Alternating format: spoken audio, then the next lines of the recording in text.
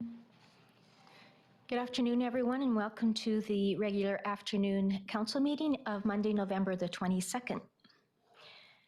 This meeting is being recorded live and is streaming on the District of Summerland YouTube channel at youtube.com, District of Summerland. All representations to council, written or verbal, will form part of the public record and be available to the public for viewing electronically or as a written record. Members of the public may access the meeting or participate in the following ways. Attend council chambers in person.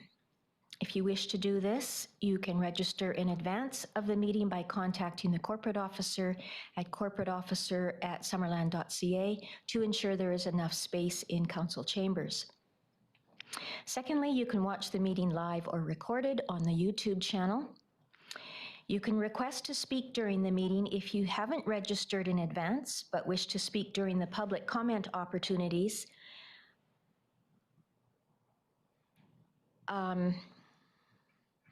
You may be given the opportunity, time permitted. After I have provided everyone who has pre-registered the opportunity to comment, the floor will be open to those in council chambers and those on the conference line.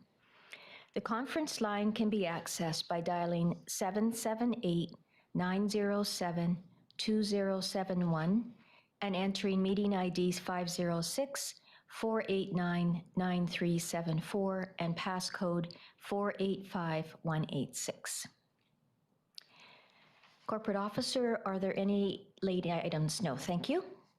Could I call for approval of the agenda of council, please? Councillor Van Elfen, Councillor Patton, all in favor? Thank you. And adoption of the minutes for the council meetings afternoon and special council meeting afternoon on November 8th and the special council meeting on November the 9th. Thank you, Councillor Traynor and Councillor Barkwell, all in favor? Great. I don't see Kelly yet, but I see the Okanagan Basin Water Board icon. So I would like to introduce the first of two delegations today, and that is Kelly Garcia, who is joining us from the Okanagan Basin Water Board. She's going to be speaking to us about the Collaborative Source Water Protection Program in the Okanagan. And there it is. Thank you, Kelly. You. Please go ahead. Hello, and thank you very much for having me today. Okay, everybody can see my screen okay, I assume. I'm going to just go ahead here. So why am I here today? I'm going to quickly talk about the importance and benefits of source water protection and just highlight the challenges we are facing in providing safe drinking water, none of which I think will be news to you. Introduce you to a new toolkit that the OBWB has just recently launched that compiles solutions to those challenges, and then suggest what you can do as elected officials to support source water protection. So in case you're not aware, the OBWB has been around for more than 50 years. We're a non-regulatory agency that works within the entire Okanagan Basin from Armstrong to Osoyoos. And so we focus on projects and programs that benefit the watershed as a whole. Here are our current directors. So we've got Councillor Holmes currently sitting on the OBWB. So like I said, we've got 3 from North Okanagan Regional District, 3 from Central, and 3 from South. Okanagan-Similkameen Regional District. And then we've got 3 extra seats on the council. One is filled by Okanagan Nation Alliance, one by Water Supply Association of BC, and the third by our chair of the Water Stewardship Council, whoever that is at the time. So source water protection is the safeguarding of our drinking water sources, basically, which could be rivers, streams, lakes, reservoirs, springs, groundwater. It varies depending on where you are in the Okanagan and within BC. So it's not just protecting the sources, but also their contributing areas, so their watersheds. And it's the first step in this multi-barrier approach that water suppliers use to minimize impacts to human health. And why do we need source water protection, especially in the Okanagan? Because our drinking water sources can be easily contaminated. We've got multi-use watersheds and a lot of things going on in those watersheds. If they become contaminated, they're difficult or even impossible to remediate in the case of groundwater, for example. The other great thing about source water protection is that it can deliver socioeconomic and ecological services benefits.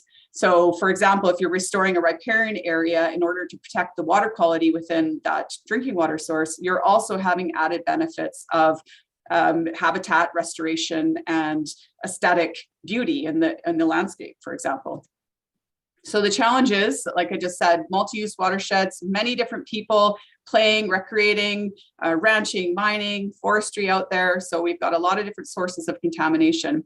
We've got a lot of land development in the urban areas and beyond in the Okanagan, which means more impermeable surfaces. So water is not filtrating as well. And we've got climate change. I mean, we've just witnessed this over the last 6 or 8 months with heat domes and fires and floods, and those are creating more landslides and erosion and flooding, all these complicated problems that we're dealing with. And then we've got a very complicated legislative framework in BC with many different agencies involved in regulating water. So this just shows you that complicated framework. So we've got 23 pieces of legislation that governs water in BC at the municipal, provincial, and federal level. And then of course we have unceded and traditional territories, and we're all working within. So Aboriginal rights and title on top of this different legislation here. This just shows you how we impact the watershed when we change the forest cover.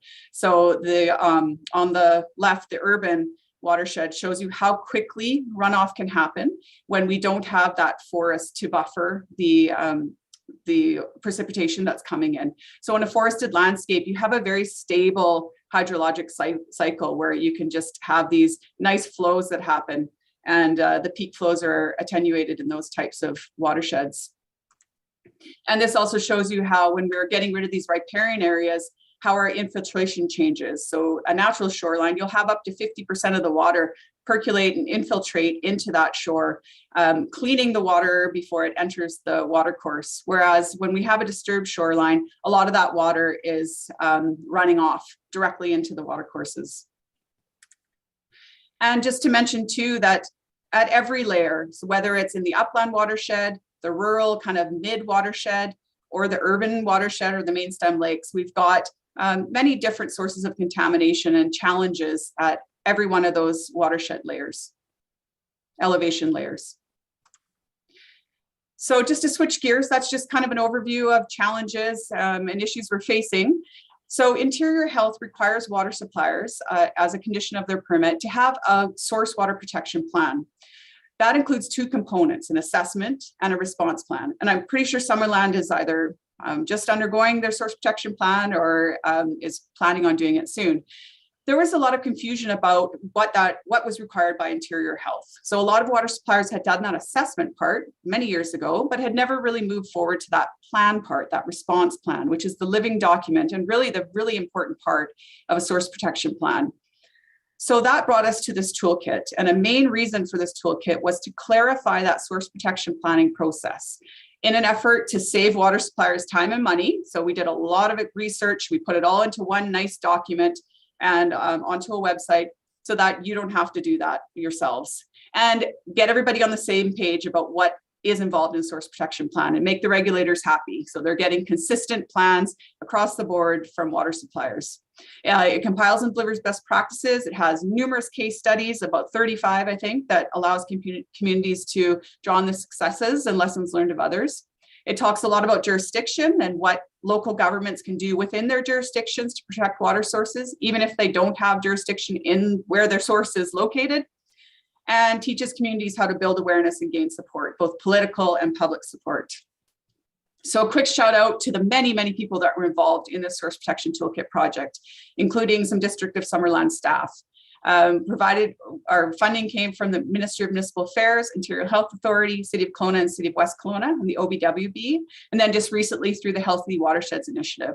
We had Lorette Aquatic Consulting as our contractors to help write this toolkit. And we had a 45-member technical advisory committee that had health agencies, provincial agencies, pretty much every local government throughout the Okanagan, First Nations groups. And we met about 6 times over the last couple of years to kind of hash out the content of this toolkit, but also to discuss the challenges facing source water protection and how we can move past those.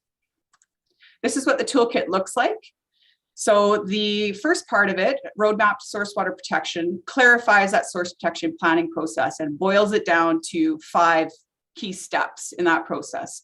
Part 2 are the actions or the tools. And we've got 8 tools that you can see there on the screen that we really elaborate on and connect back to that source protection planning process. And then part 3 is this kind of massive addendum of information and resources. So it dives into the regulatory framework, talks about the economic benefits of source water protection so that you're able to put together a business case for funding to support source water protection, talks about the common threats and how to overcome them, and then has templates. And this is key because these, if water suppliers, the contractors that do source protection assessments use these templates, again, we're going to have that consistency and make the regulators happier that way, easier for them. So this lays out how part 1 connects to the tools. So like I said, a source protection plan has 2 main components, and you use the tools for your response plan, which is your living document that you're updating annually and then doing overhauling every 5 years. So it's your action plan for source water protection. So what can you do as an elected official? And I put a resource on the bottom here. If you haven't read this, it's an excellent resource for elected officials. It talks about drinking water quality, the whole gamut, so including treatment and that kind of thing, not just source water protection. But these are the things it talks about that an elected official can do to improve source water protection in their communities. So just having that basic understanding of why it's important and understanding what kind of water quality things you should be measuring and what you're looking for in water quantity, understanding your role and responsibility as a local government, but also the roles and responsibilities of those other agencies, and understanding why it's so important to engage with other levels of government and other stakeholders in the watersheds. Understand sustainable financing and how these different things on the screen here, asset management, full cost recovery. Believe me, I don't have a full understanding of all of these things, but this is what your staff are there for as well. But just having a general understanding of why source protection requires long-term financing and how to achieve that. And then of course, supporting your staff when they come to you and say, we want to do a source protection plan. It's in the budget here. We need some approval, or, any sort of source protection initiatives that they're working on. If you have a good understanding of why they're important, then you can support them. You've got many competing interests and things going on in your communities. So, source protection is just one of them. And I get that. So these are just the things that you can do as an elected official to really support and improve source protection in your communities. And that's it for me today. So thank you very much for the opportunity. Thank you, Kelly. Good to see you again, even virtually. Yes, nice to see you too. Thank you. Questions, Council? Councillor Barkwell. Thank you, Madam Mayor. It seems to me that one of the biggest threats to our water sources, at least Summerland, is logging. And I'm not anti-logging or anything, but I wonder who's there to protect our interests when forestry is making up their cut plans and stuff, and just to kind of make sure that our watershed protection interests are there at the table. Yes, exactly. Good point and good question. And those are the kind of things we talked about at the technical advisory committee level when we were having those meetings. And it's challenging because you have, like I said, so many different players. So you have your Ministry of Forest Lands, Natural Resource Operations and Rural Development, but then you have your forestry companies, right? And they did just do a big overhaul of the Forest and Range Practices Act. And I haven't had a chance to kind of digest that, but I'm hoping that there are some things in there. I know that there is a requirement now to do forest landscape plans, a requirement by the forestry company, which involves more engagement and consultation with local governments. So not just referrals, but another layer of having to look at the entire landscape and how what they're doing impacts water, especially in community watersheds. So I'm hoping that if we can continue talking about these issues through projects like this, we can make some progress. But these challenges are huge for sure. Councillor Holmes. Thank you, and thank you, Kelly. So looking at the toolkit and hearing some of the case studies, such as the Greater Vernon Duto Creek one, it seems to me that the Technical Advisory Committee is a pretty key piece to making all this work. And especially when you look at a watershed such as ours, where we do have so many different users. So just following on Councillor Barkwell's question really is that how do we get the forestry, mining interests, these sort of companies that we have no authority over to the table, and I guess what's their interest in participating on something being led by a local government, and how do we ensure it's effective and sustainable and all that sort of thing. I guess it's a kind of a loaded question for you.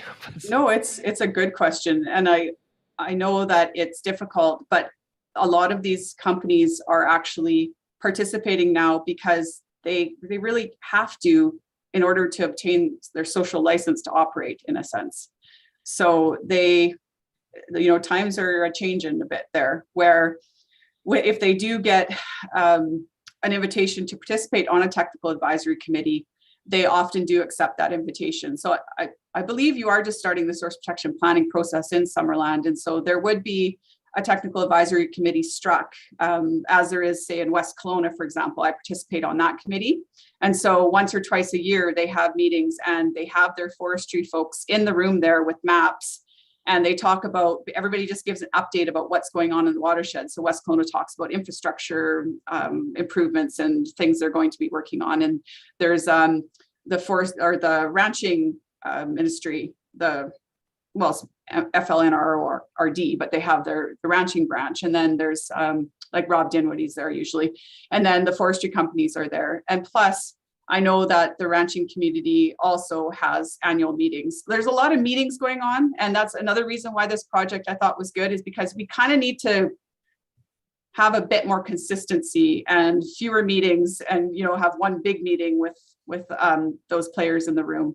So you have your local source protection planning processes that are going on, but they need to kind of fit in the overall thing that's going on in the valley as well, because it's a lot of times the same people that are at these meetings.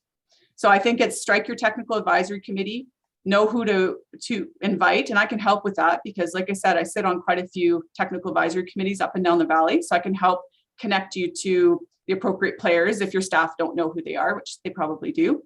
And then you have to just consistently have those meetings. So in the North Okanagan, they meet with their technical advisory committee twice a year, and they have a watershed tour, pre-COVID, obviously. So it's just that consistency and perseverance to get them in the room.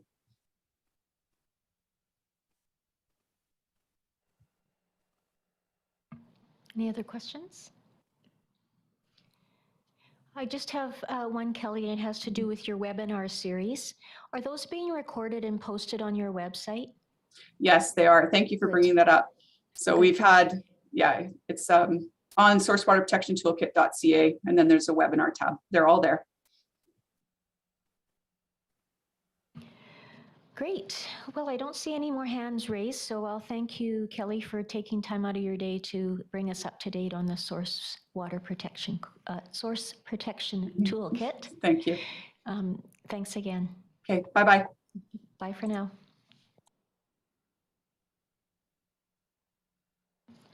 Second delegation today is Sergeant Preston with the RCMP quarterly update for Q3 of 2021.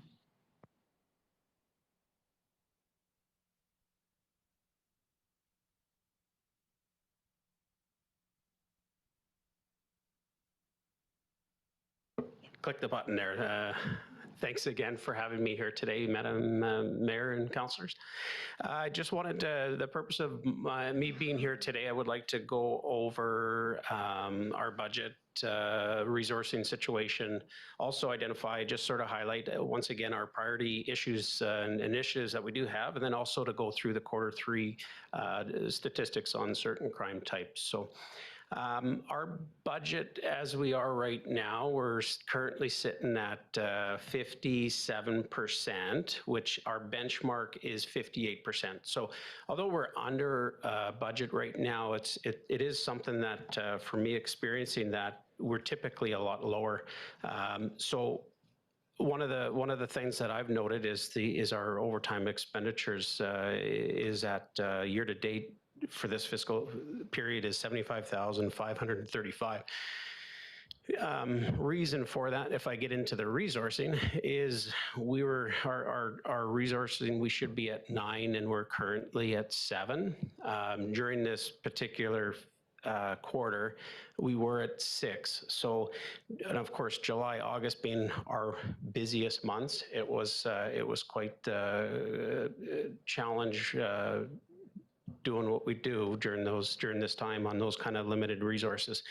So I had to call in overtime members, which that typically is not that difficult, but with the wildfires and everything else that's going on and other detachment shortages that their experience is, it was a challenge, but we got through it.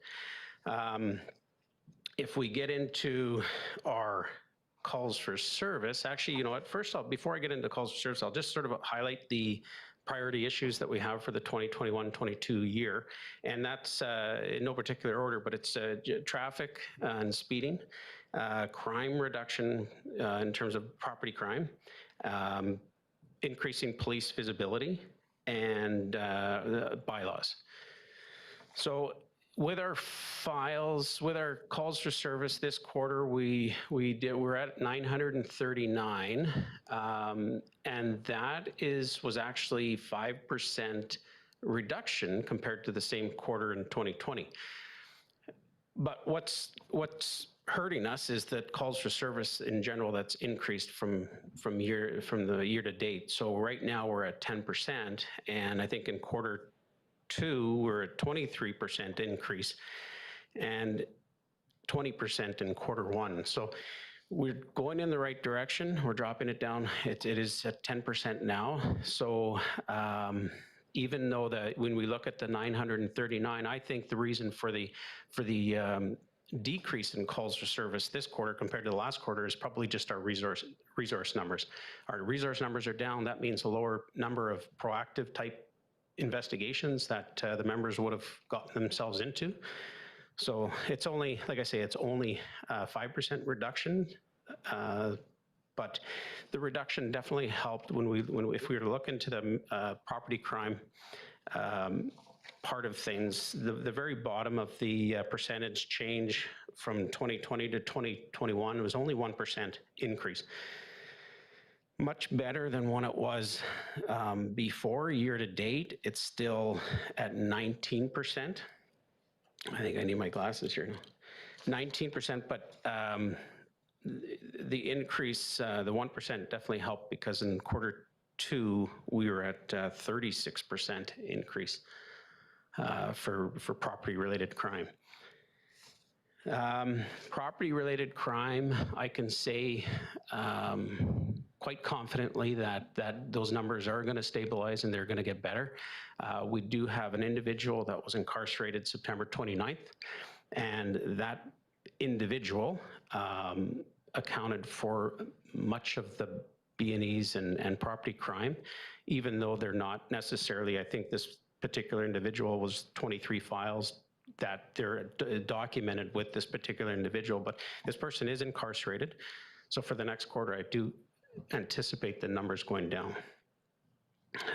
He is, this individual, like I say, although not necessarily carded on a particular file, he would have been a possible suspect, but it wasn't linked to the particular files. Let's see here.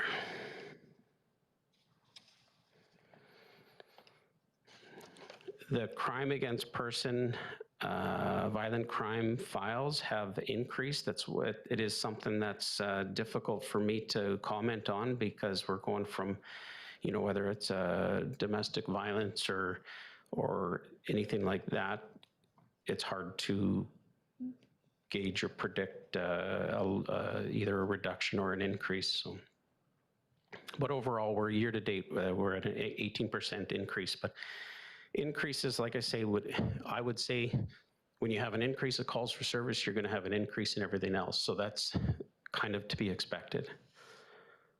Another part of the increase has been my change in, I would say, kind of the leadership here, in that my concept is to document everything. So maybe in the past, before, where there was maybe a phone call to the attachment asking certain questions or doing certain things, or they wouldn't have maybe generated a file, whereas my kind of idea is let's capture as much information as we possibly can. So moving forward, we're gonna, those numbers should even stabilize the more time we go down the road.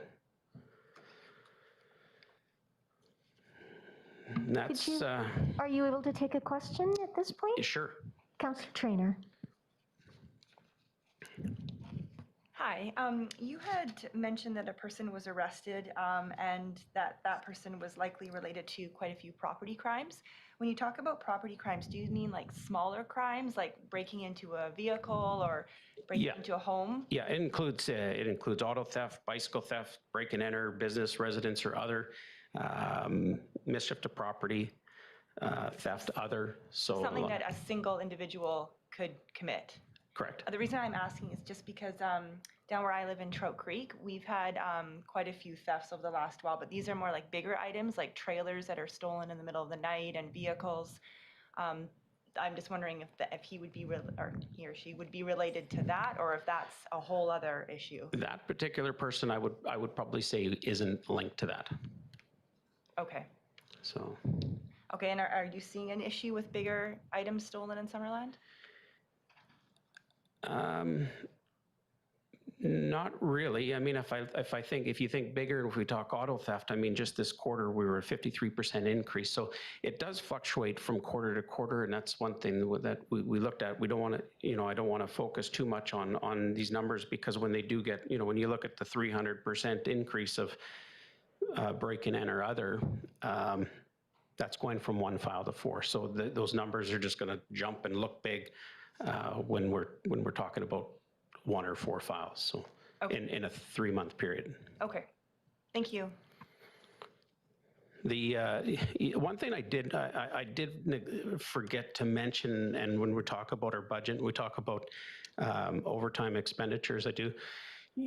Without going in too depth, there was one particular file that went to court, and it cost, it was in court for over 12 days, and it cost a considerable amount of money unnecessarily, if you ask me, but it was things that these officers were subpoenaed to court and had to appear to court, and there was quite a bit of overtime that was spent on that.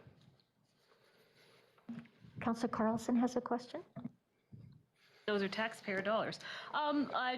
Just one thing. I'm wondering, since we spoke last, I think it's been changed where if I phone during non-detachment hours, so if I phone at 5 o'clock, I now have an opportunity to actually know where someone I can actually talk to that's going to answer my phone. Has that caused an increase, or has that made things better and easier for officers to actually respond when they're on duty, so people don't phone 911 or phone nobody? I think I'd say a little bit of both. Now we are actually experiencing where the clerks come in on Monday morning and they're not hit up with 8 phone messages and things that occurred on Friday night or Saturday morning or anything like that. So that has definitely gotten better. So whether it would change the number of calls, that may have, it depends on how it was handled at the clerk office there, whether it was just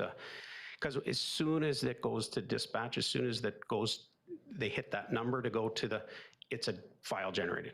So, whereas if it was the message left on Monday, it may be a simple phone call and, the matter was dealt with, or we don't need anything. So, okay, so then it's not a file.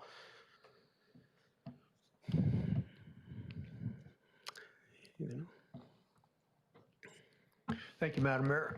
Are you getting many complaints via like social media, threats on social media towards, citizens and stuff like that? Do you hear much about that, or is it getting better, worse?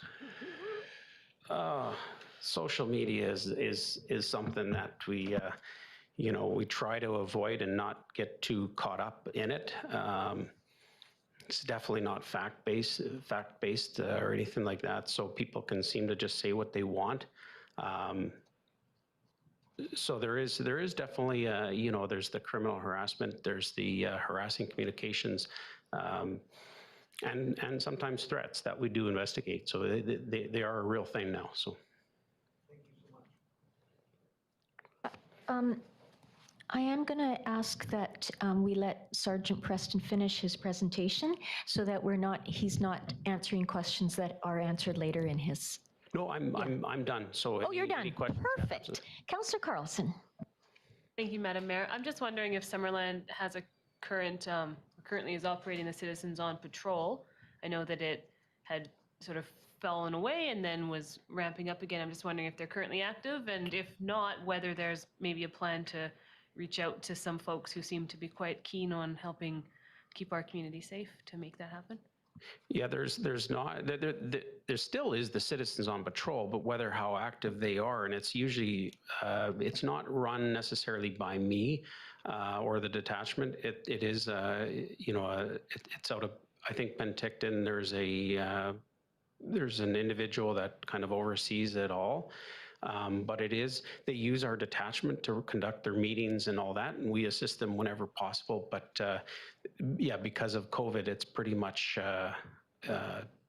not really been there. So, but to answer your other question, we would love for people to get involved. I've said it. I've said it to many that we will take all the help we can. Obviously, what comes with that, though, is that to be Citizens on Patrol, there was a whole background checks, and they do certain, and that takes time. I don't even know how long, but it's not like tomorrow you'll get it done. Like it's lengthy. But the opportunity is there, so if folks were interested, they could contact you and maybe start fresh. Absolutely, yeah.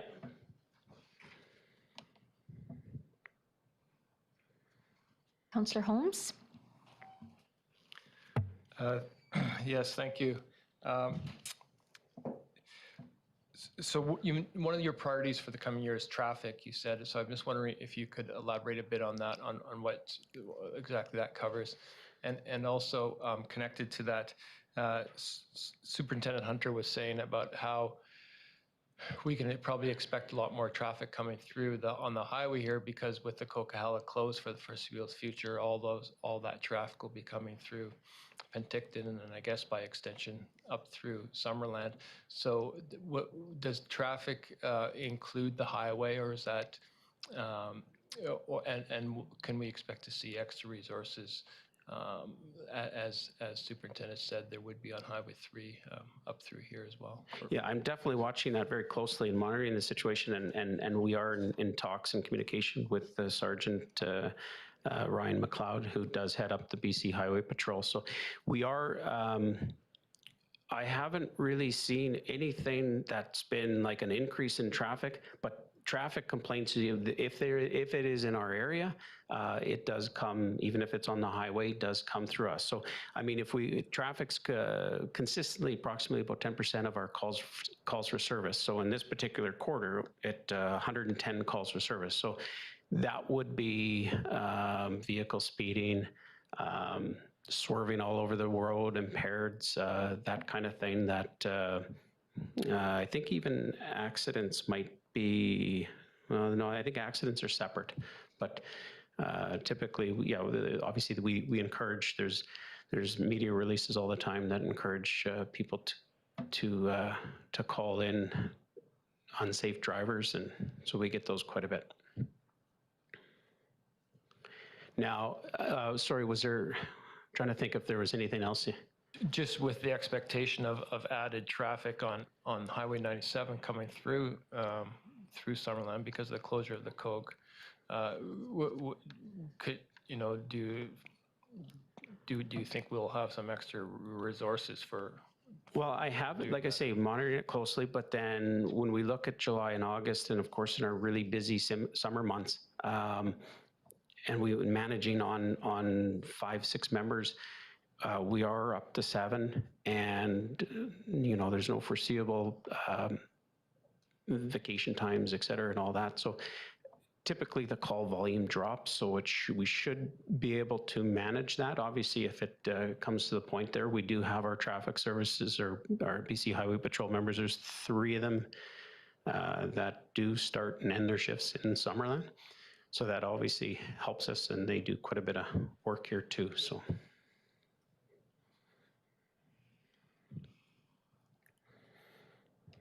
Councillor Barkwell? Thank you, Madam Mayor.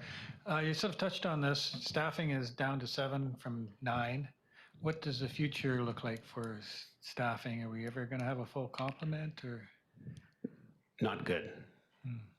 We've been told that the resourcing situation is don't expect anybody anytime soon.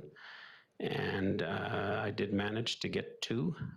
We currently have 3 in the process of retiring out. And so we did go from, we were quite fortunate to go from 6 to 7. And yeah, we were fortunate.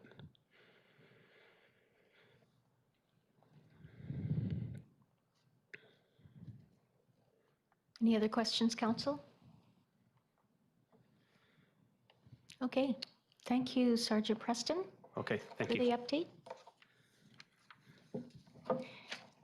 Kendra, do we need to receive information from the delegations? No, okay. It's not in the report, so. All right. So now on to public comment opportunity. The first one. 15 minutes maximum. If you're going to speak, please introduce yourself and give your civic address before beginning your 2-minute remarks. Anyone?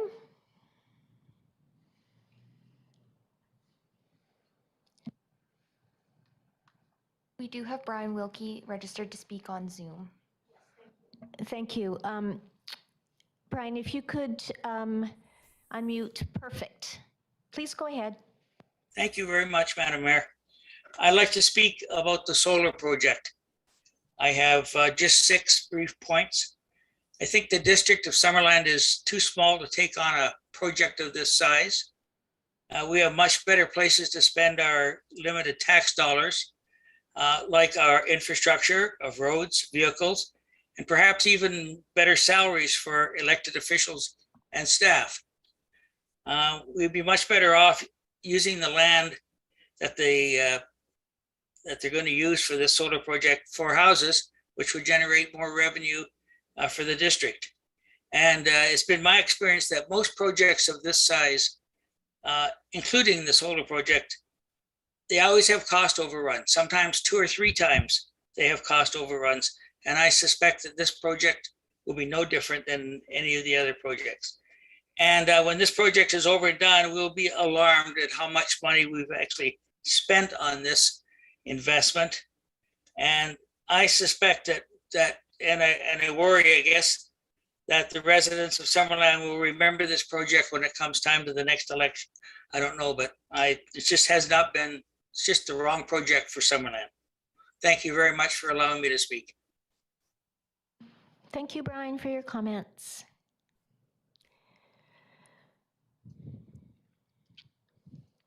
Okay, Marianne, please come to the podium. Hi, Marianne McDonald, 6505 McDonald Place. And it too is about the solar project, and I just need some clarification. I see that both options are significantly over budget, but there's an allotment of $980,000 for district connections.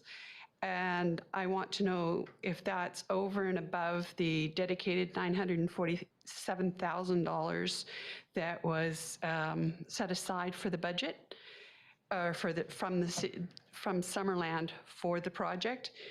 If that's the case, then we're really taking 1.8 million out of the budget, out of our budget to do this project. And secondly, it's my understanding that any project with a negative net present value shouldn't go forward. And it's always been considered a poor investment. And I see that there is a net present value in the negative for this project as well. And I understand that the discount rate is derived from the cost of the capital required to invest. And I just want to make sure that those are all right. And the other question I have, or statement I should say, is that I see that the budget for roadworks this past year was only 280,000 plus or minus a few dollars here and there. So I see there's more money going to a project that hasn't even got off the ground yet. Anyway, that's my comments. Thank you. Could I have your civic address, please, Marianne? I know that it's here somewhere, but, Yeah, I thought I said it, 6505 McDonald Place. oh, thank you. And Brian, did you say your civic address? If so, I apologized, I missed it. Did you get it, Kendra? Yes, good, thank you. You got it all right? I forgot to give Yeah. it. Okay. Yes, she Thank says you. she has it okay. Yeah, I Thank sent you. it in. When I sent it in, I had that there. Thank you. Yes, thank you.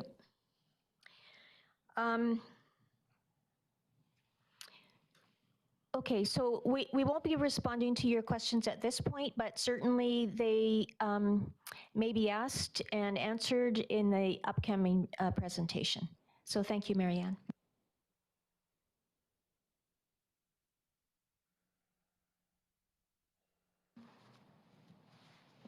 And you didn't have anyone else by phone? Okay, thank you, Kendra. So we're on to item 7.1, the first business item, the financial results as of September 30th, 2021, and this is a third quarter update. Renee? Oh, there you are. Yes, Okay. yeah. Thank you, Madam Mayor and Council. The first 9 months of 2021 have been very comparable to previous years for the municipality. Operational revenue is on track across all funds, with a majority of actual values surpassing the budgeted figures. Sewer revenue is the only category below the 75% of the third quarter projected level, and that's attributable to year-end adjustments that will be recorded for actuarial earnings on our MFA debt, as well as a transfer between funds. Then on the expense side, all of the cost centers are below 75% of the anticipated overall budgeted amounts. Many of the variances are simply timing differences, with the related work being done in the past month and being invoiced prior to year end. Specifically, the lowest cost center is the general fund debt and transfers. And again, this is attributed to the MFA debt payments for which principal and interest aren't due until last month in October or this month, December, both falling into the fourth quarter. And all other expense cost centers are within 45% or higher, the majority having expenses that will fall into fourth quarter invoicing. Then on the capital fund, the year-to-date spending is just over 10% in comparison to the budget. This is a lot lower than expected, with a number of contributing factors such as delays due to staff turnover, unsuccessful grant applications, or the project simply not being required. It's anticipated that a large portion of the invoicing for the projects currently underway will be processed in the final months of 2021. But overall, looking at everything, the district is in a healthy financial position and there aren't any concerns that were identified. Thank you. Thank you, Renee. Council, do you have questions of Renee?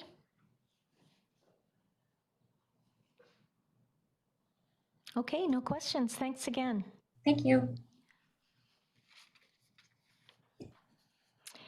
7.2 is the solar and storage project, engineering, procurement, and construction request for proposals update. And we will begin with our CAO, Graham Stack. Thank you, Your Worship. We do have a presentation for council today, and I'll just let them load that up. I'll do the first number of slides, and I'll turn it over to our Director of Utilities to do a few slides, and a couple others will also speak to this presentation before we're done. So the purpose of today's presentation is to provide council with an update on the solar and storage project in response to the district's engineering procurement construction request for proposals for the project. We're seeking feedback from council on 4 options to determine the future of the project. Next slide, please. So in terms of background, the solar and storage project has been identified as one of council's strategic priorities. That's falling under the umbrella of alternative energy. The purpose of the project is to establish a well-functioning solar energy generation and battery storage facility that strengthens the district's electrical utility. The project was initiated in 2016, and it's predominantly grant funded, as I will discuss more in a moment. Next slide. From 2019 onward, a multitude of studies and background work have been undertaken, which have outlined in further detail our understanding of the project and are also expressed in the report that you have at your fingertips. So these reports include financial analysis, land appraisal and land use assessment, environmental inventory, geotechnical assessment, Phase 1 and Phase 2 site investigations, and a system impact and interconnection study. Additionally, the initial site selection discussion occurred with council in 2019, ultimately confirming the current site as the preferred location. Earlier this year, council also reconfirmed their support for the project in its chosen location and directed staff to start reviewing the feasibility of an eco-village at the site that would complement the solar and storage project. Next slide, please. Community consultation and engagement was also taken seriously and took place over the lifespan of the project thus far, beginning in 2017, with community conversations attended by over 100 residents who provided support for the project. In 2019, a community update meeting was held at the Center Stage Theatre with over 100 attendees and 82 survey respondents. This was followed by a committee of the whole meeting in July 2020, where the public was invited to make representation to council regarding the results of the detailed site analyses. June 2021, representatives from District Council and staff met on site with elected officials from the Penticton Indian Band to discuss both the solar and battery project and the Eco-Village project. In addition to the above activities, there is a dedicated website link on the district page that was created to share information about the project. Staff have also provided information on the project to the community at a wide range of public events, including budget open houses, Earth Week activities, through our newsletter and project email list. Next slide, please. The project has received 2 grants to date. The first was obtained in 2016 and was intended for the feasibility study, which was completed in 2017. Additionally, a $6 million grant was obtained through the federal gas tax program for the engineering, procurement, and construction of a 1 megawatt solar array and 2 megawatt battery storage. In addition to the above grant funding, $980,000 has been allocated from the Electric Utility Capital Reserve to make the necessary system connections and tie-ins associated with the project. Next slide, please. So talking about the procurement, the RFP for the construction phase of the solar and storage project was issued July 21st, 2021, and it closed on September 7th, 2021. The project is complex, and for that reason, it requires significant speciality in the field, given the connection between the production of solar power and the battery storage.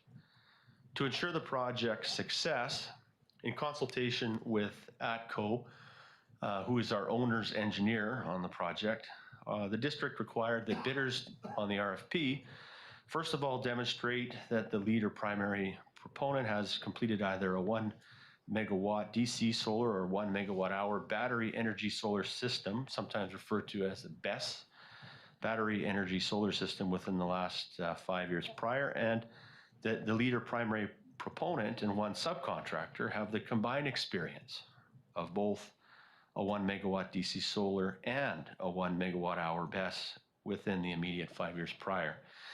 So these criteria successfully narrowed the field to bidders with the right combination of expertise and demonstrated complex project management to, first of all, know what the true costs are. Second of all, to commit to secure pricing. And third of all, to be well positioned for success if the project proceeds. In total, 3 proposals were received. However, 1 proposal was subsequently disqualified as it did not meet certain requirements of the RFP. Next slide, please. The 2 remaining proposals were assessed using the following published criteria: approach and methodology, proposed equipment and performance specifications, project schedule and delivery, experience and key personnel, sustainability considerations, innovation, value added, and obviously the price. As indicated here on table 1 on the slide, proponent A of the 2 proponents emerged as the preferred proponent following the evaluation criteria set out in the RFP, scoring higher in both the technical components but also in the overall lower pricing. The overall score for the 2 proposals based on the evaluation, as you can see, proponent A at 108.35, proponent B at 70.45. Next slide, please. So, however, we ended up doing the RFP. We did encounter that both proposals submitted by the proponents came in well over the allocated budget for the project. Proponent A, the preferred proponent that I spoke to, also submitted 2 options for the district that meet the specifications, which will be described more fully later in the presentation. The first is called their base design, which involves a total bid price of just over $9 million. The second is called the augmented design, with a total bid price of about $8.6 million. As noted earlier in the slides, the total budget allocated for this project, including funds from both the grant funding and utility reserve, is $6,980,000. However, $980,000 of these funds are set aside for tie-ins and associated connectivity to our power system. So as a result, the core budget for the full build-out of the system is $6 million, and this is the figure that we're going to use to highlight the budget shortfall today. Bid pricing is good for 90 days, which means we need to make a decision regarding the bids and be able to communicate that by the end of the day, December 6th, or pricing will likely increase due to market pressures. Next slide. In consultation with ATCO, our owner's engineer for the project, the reasons for the price escalation we are seeing result from a multitude of factors. The initial financial analysis for this project occurred in October 2019 as part of the grant conditions under a much different pre-pandemic global economic climate, and therefore reflected dollars consistent with the solar and battery industry at that time. Since this time, the industry has witnessed significant demand-driven price increases. The pandemic has further exacerbated the issue through choked supply chains, labor impacts, and the industry has also witnessed increased shipping costs and record-setting inflation. We are observing similar substantive price escalations and supply chain issues in a number of the district's recent projects. These range from securing fencing even for the temporary dog park, the price escalations at the Eisentalk Dam outlet pipe replacement, and even the operational procurement of power transformers for maintenance and renewal of the district's electrical systems. Recently, one district electrical utility supplier highlighted the global challenges with supply chains, indicating, and I quote, "Metals used for transformers have run into very short supply. Core steel pricing has been skyrocketing, and it's expected to continue." So we come to the options. Now we'll go to the next slide. And I'll turn it over momentarily to our Director for Utilities, but I'll just speak to this slide and then go there. In the exploration of options to remedy the budget shortfall, staff did have preliminary discussions with the funder to determine the potential for additional new funds to support the project given the cost escalations and other factors not anticipated at the time of the original application. Unfortunately, the funder has indicated that no additional grant funding can be allocated to the project. In fact, the reapplication for the project with increased funding request would have to undergo reassessment against other proposals from the original vetting, which would result in the loss of the district's $6 million grant award if that reconsideration did not go in our favor. However, the district could choose to request an alteration to the scope of the project from the funder using the same amount of funding from the grant award. As a result, staff has prepared 4 options for council's consideration to determine how best to move forward. And finally, for my part, I just wanted to say for clarity, no contract has been awarded yet, and the preferred proponent in negotiation will not proceed until we have direction from council. It should be noted that we are not seeking council direction on the evaluation of the proposals, as these have been evaluated by staff in accordance with the criteria outlined in the RFP. I will now turn it over to the Director of Utilities, Mr. Jeremy Shortfall, to speak to the specific options. Jeremy. Thank you, CAO Stat. Hello, Council. So for the first option here, the project would be awarded to the preferred proponent and would require a budget amendment of an additional just over 4.4 million, bringing revised budget to just over 10.4 million to address the budget shortfall. Please note that this figure includes a 10% contingency for unknown and peripheral costs should they come up. Although the RFP was clear that it is the intent of the district to enter into a full turnkey, date certain and fixed project, EPC contract, that is engineering, procurement and construction contract. This contingency is recommended by staff to reduce price uncertainty, which may be encountered if this option is chosen. In this option, the scope of the work would include the following: upgrades to the access road and service gate, site grading and tree removal, installation of solar racking and foundations, installation of installation of solar panels totaling 1 megawatt, including their inverters, wiring, and all the other associated components. Also, installation of a 2 megawatt, 6.8 megawatt hour battery energy storage system, including all associated enclosures, thermal management systems, inverters, concrete pads, and all other components, such as the battery management system. It also includes security fencing. Next slide, please.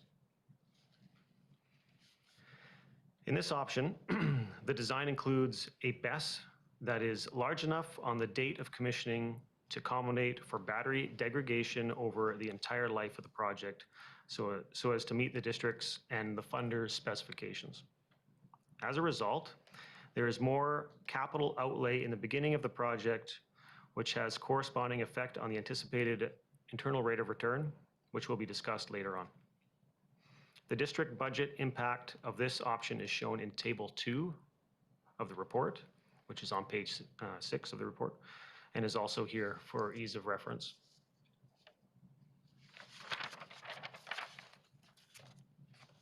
Should council wish to proceed with this option, a proposed resolution is provided on this slide and is summarized at the end of the presentation as well. Next slide, please. Option 2. The project would be awarded to the preferred proponent, again, for what they are terming their augmented design.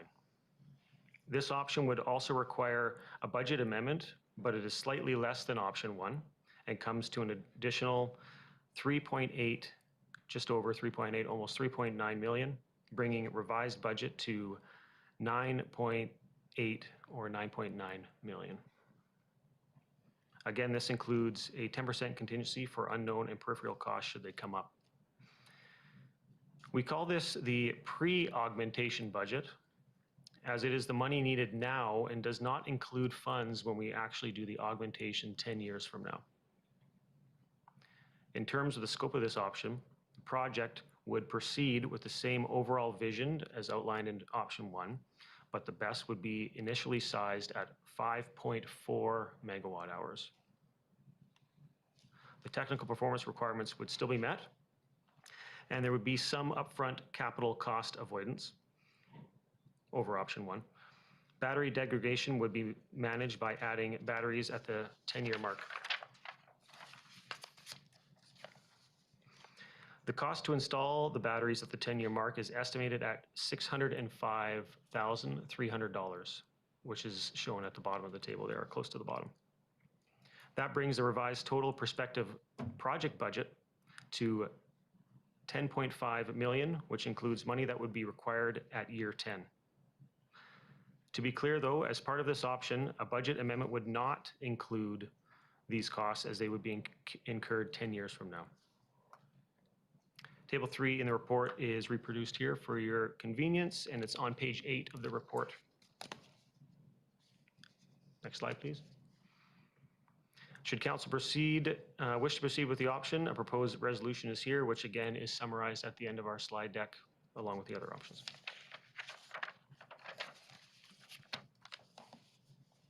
Option 3.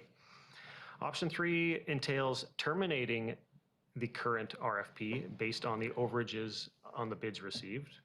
Additional discussions would be pursued with the funder to determine if the grant could be utilized to support a downsized project. These discussions are necessary because the funder selected the project based on certain criteria, and if we change those, we need to get their permission or risk losing the $6 million grant. If approved by the grant funder, a new RFP would be prepared with a project that is designed to fit entirely within the $6 million budget ceiling, revised downward to allow for a built-in 10% contingency as well, inclusive of all build costs and inclusive of taxes. For clarity, in this option, the district would still allocate its $980,000 portion for the tie-ins and the other electric utility related requirements. Okay. The benefit of this option is that it ensures budget certainty while still seeing a similar type of project moving forward that tests solar power production and battery storage on a utility scale for the community. And we realize those associated benefits such as peak shaving. Conversely, existing staff and consultant time spent on the production of the current RFP process would be a sunk cost. And it should be anticipated that even a reduced project will add significant time to the overall construction horizon for the project. Of note, in the original application for the project to the funder, the district conveyed that unforeseen project cost pressures could result in a need to rescope the project. Further, the current grant agreement outlines some consideration for how a rescope request would be actuated. Staff has had exploratory discussions with the funder for further clarity and to understand the feasibility of this option for council. The funder has indicated that many projects in the portfolio are experiencing similar cost challenges at this time, given the impacts to the supply chain, inflation, and the pandemic overall. A rescope request would begin with a formal written rationale from the district as to why the project requires a scope adjustment, including technical details as to what is being proposed in place of the original concept. The funder has informed us that rescope requests fall into either a major or minor category based on how much the vision of the project is changing. For example, a change in the location of the project or an indefinite timeline, or a change in the type or kind of project from the original vision would generally be considered a major change. A minor change in scope would be one that still endeavors to achieve the same type of project, maintains relevance for the community, and retains in large part the original elements of the project and its build location, with specific timelines and tangible construction steps. Once a written submission is made, a technical review committee determines the scope change, if the scope change is a major or a minor. If minor, a relatively quick decision can be made with the funder, and is within the discretion of the technical committee with the funder. If the change is major, it is forwarded to a formal management committee comprised of representation from UBCM, the provincial government, and the federal government, who ultimately render a final decision. Next slide, please. If this option was pursued, staff would work with the owner's engineer for the project to craft a submission to the funder. The closer the project is to its original vision, and the higher the probability of an affirmation from the funder that it is a minor change in scope. The intent would likely involve crafting technical specifications for a project that is roughly half the size of the solar and half the size of the battery system. Proximity to the proposed eco-village would be highlighted, as would efforts already taken to prepare the site and conduct environmental assessments, etc. High-level financial analysis would need to be undertaken to estimate the rate of return, tailoring certain elements as necessary to maximize the scope down solar and battery storage concept. Final technical submissions and specifications would be estimated in such a way as to be contained entirely within the $6 million budget plus 980 allocation from the district, inclusive of costs already absorbed and a 10% contingency. Should council wish to proceed with this, there is a proposed motion on the screen, which will be again summarized at the end.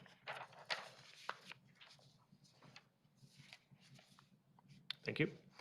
Option 4. Option 4 would place the solar plus storage project on pause and enable staff the time to explore additional grant opportunities to address the budget shortfall. Under this option, staff will continually monitor available grant funding, as well as market conditions, and update council accordingly.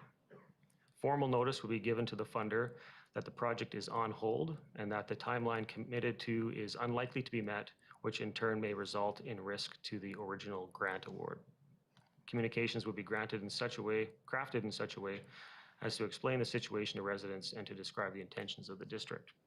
The project will remain as a strategic priority of council unless otherwise directed, and if a stackable grant could be located to bridge the funding gap, then staff would return to council for a decision. Next slide, please. And if council wishes to proceed with that option, a proposed resolution is on the screen.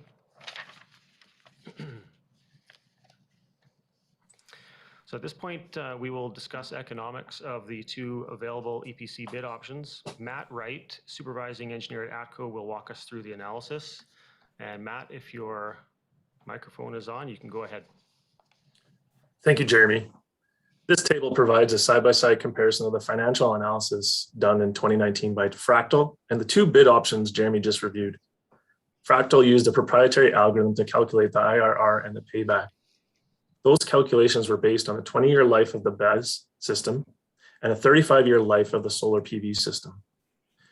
With BESS and solar components now more fully understood through the Summerland's RFP process, ATCO has calculated the estimated IRR and payback based on the information provided and our internal practices in collaboration with Summerland management team. The results in the table were calculated using a Homer simulation software.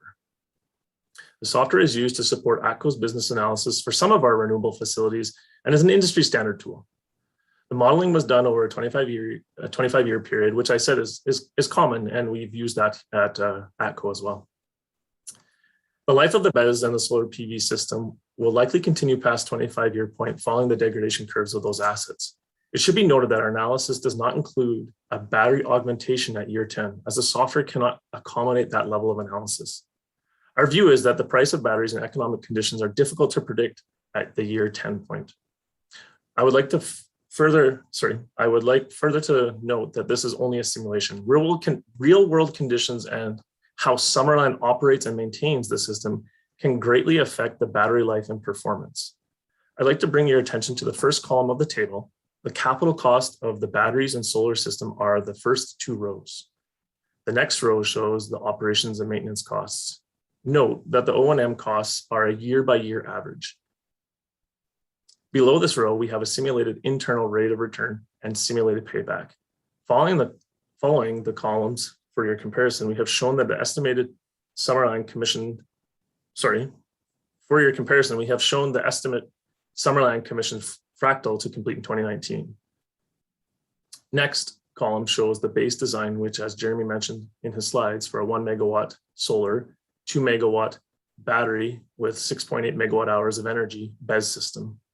The final column is for the augmentation option, which is for the solar PV of 1 megawatt, a 2 megawatt battery with 5.4 megawatt hours of energy.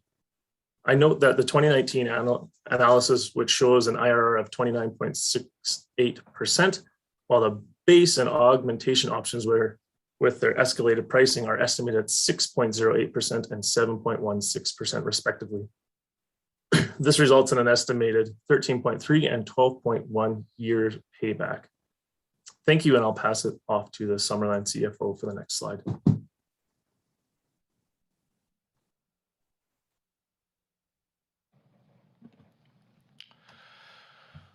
So in examining the 4 proposed options, options 1 and 2 are similar in the fact that although both keep within the parameters of established funding criteria, they come with a significantly higher project cost than originally budgeted.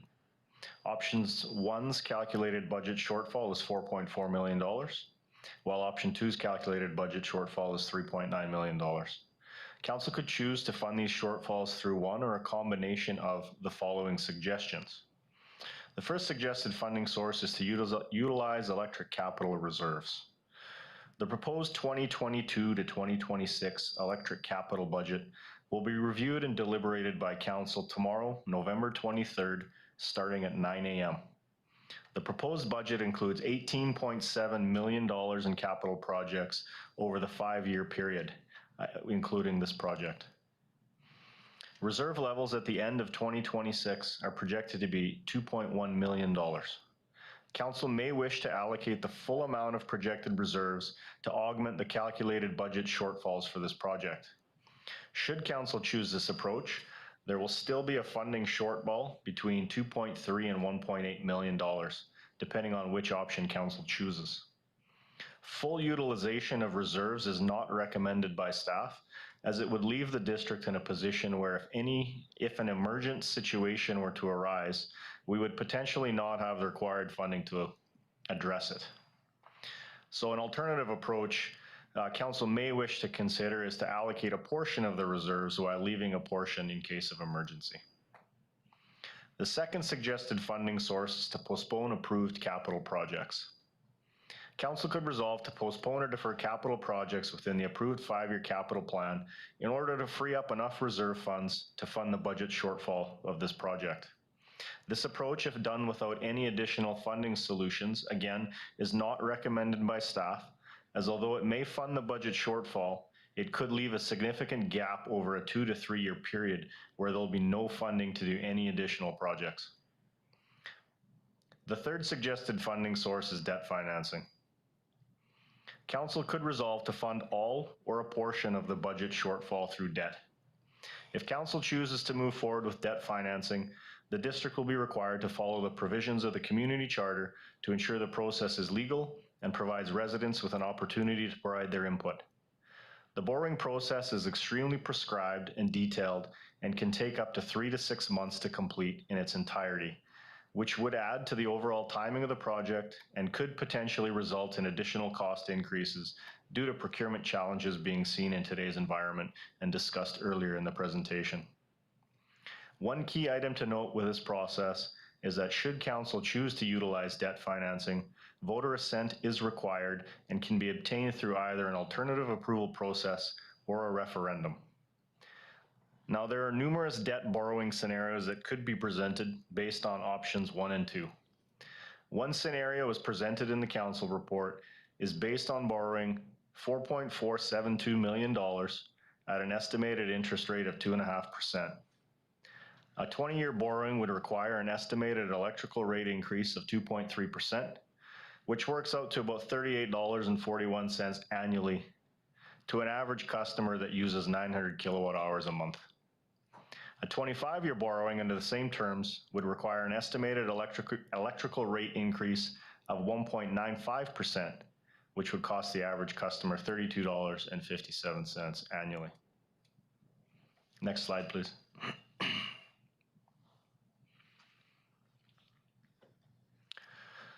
Like options 1 and 2, options 3 and 4 are similar from a financial perspective, as both do not require additional funding from the district. Under option 3, the district would terminate the current RFP due to the budget overages received in the bids. We would need to engage the funder in order to determine whether a scaled down project would be accepted. If accepted, a new RFP would be prepared with a project scope designed to fit within the $6 million budget, with contingencies incorporated into that $6 million. Option 4 would result in the district putting the project on pause. There would not be an immediate need to allocate additional resources to the project. However, if paused, there is a possibility that the funding agreement could be voided and the costs spent to date may need to be funded through the electrical capital reserve. Next slide.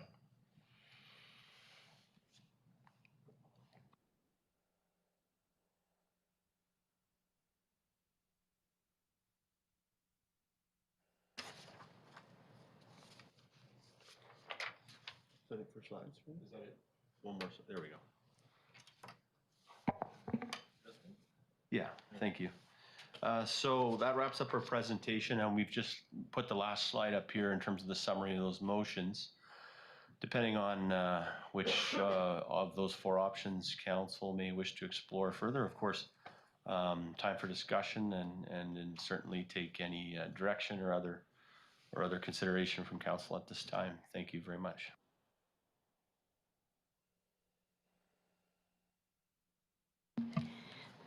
Okay, council, who wants to start us off? Okay, Councillor Holmes, thank you very much for starting us off. Thank you. So I don't really want to walk away from $6 million. And I like to note that we can't spend that money on anything else like roads or councillor salaries or anything like that. It's this or nothing. At the same time, I don't really want to budget $3 or $4 million that we never planned to budget, not when there's needs elsewhere for that infrastructure. So for me, looking at either altering the project or finding additional funding, so options either 3 or 4, but then I have some questions regarding both those 2 options, if I may. Yes, please go ahead. Yeah, thank you. So when talking about a major or minor change in the project, if the funder doesn't, if it's deemed a major change and the funder doesn't accept a major change, would we have an option then to go back and tweak the proposal to make it a minor change, which they might be able to accept?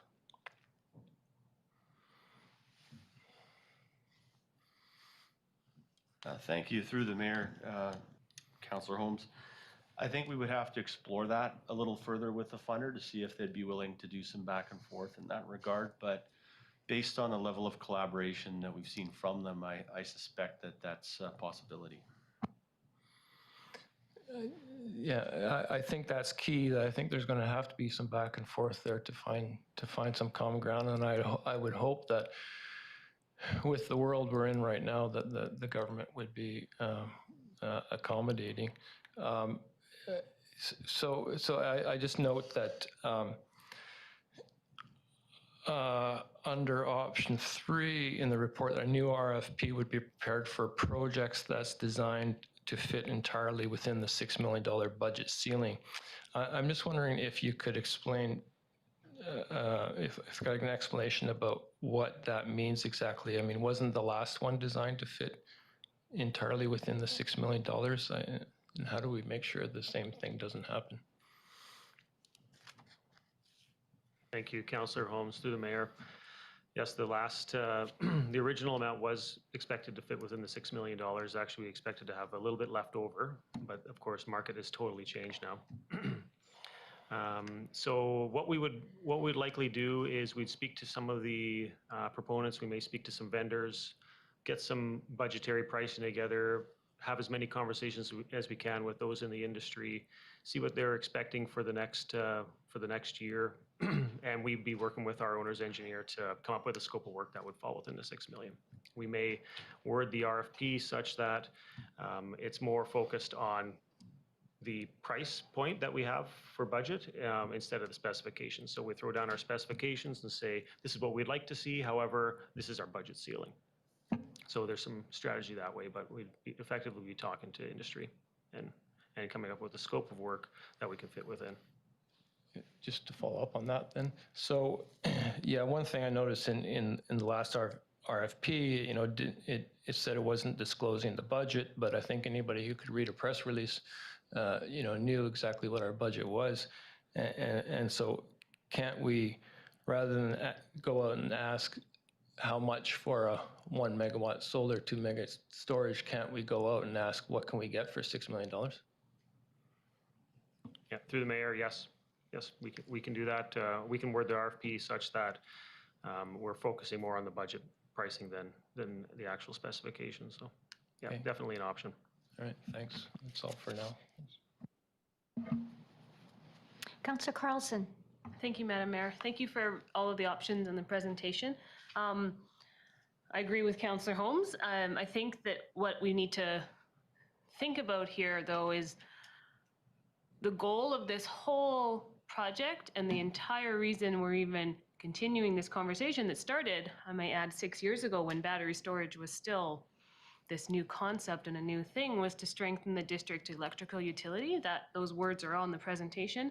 Other things we're aiming to do, you know, creating some resiliency, potentially improve our infrastructure, create a source of energy that would be less reliant on Fortis. It would be owned by the people of this community, and it would generate power for the people of this community. And so all of those things still remain really relevant and important.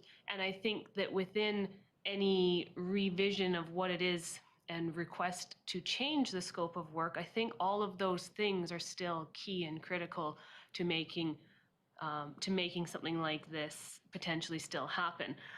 What I have been thinking about is whether or not there is an opportunity to change the scope to do something else. Say, for example, replace diesel generators with grant-funded battery storage.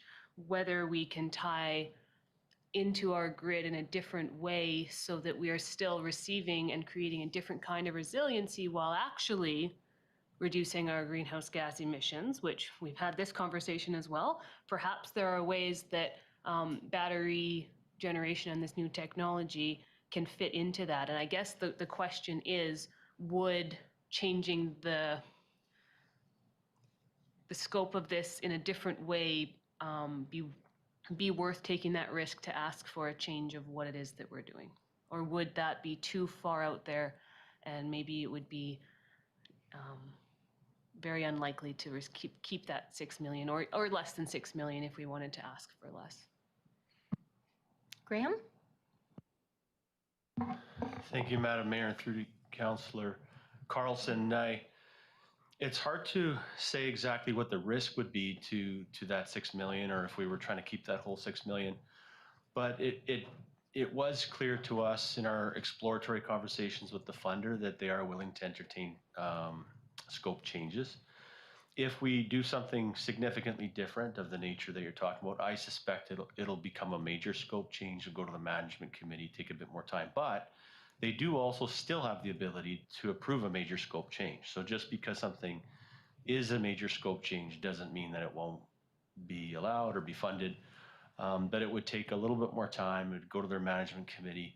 And I think, you know, further to Councillor Holmes' comments earlier, some back and forth and potentially even a few options that are on our mind, subject to council's consideration, would be something that we could test the waters a little bit on. At the end of the day, it is always possible that the funder could say, thanks, but no thanks. We were more interested in something at the utility scale level on solar and battery. There's risk in having the conversation, but it seemed they were willing to have a conversation. Because, I'll add, they did indicate to us that across the board they are hearing from communities who had grant awards that are now facing similar cost escalation challenges. So it's certainly not just a Summerland challenge that they're hearing it from elsewhere too.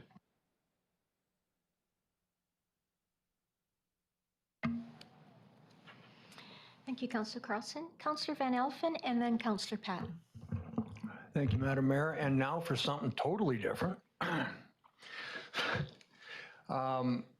If Brad's on the line, I would appreciate if he could maybe answer a few questions as close as possible.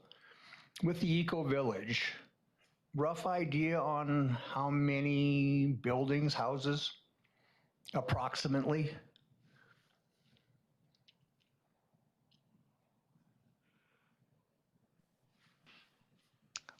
Hi, Councillor Van Elven, then through the mayor. Are you asking, just to clarify, how many units we're expecting with the current footprint? Yes, of the please. Eco Village?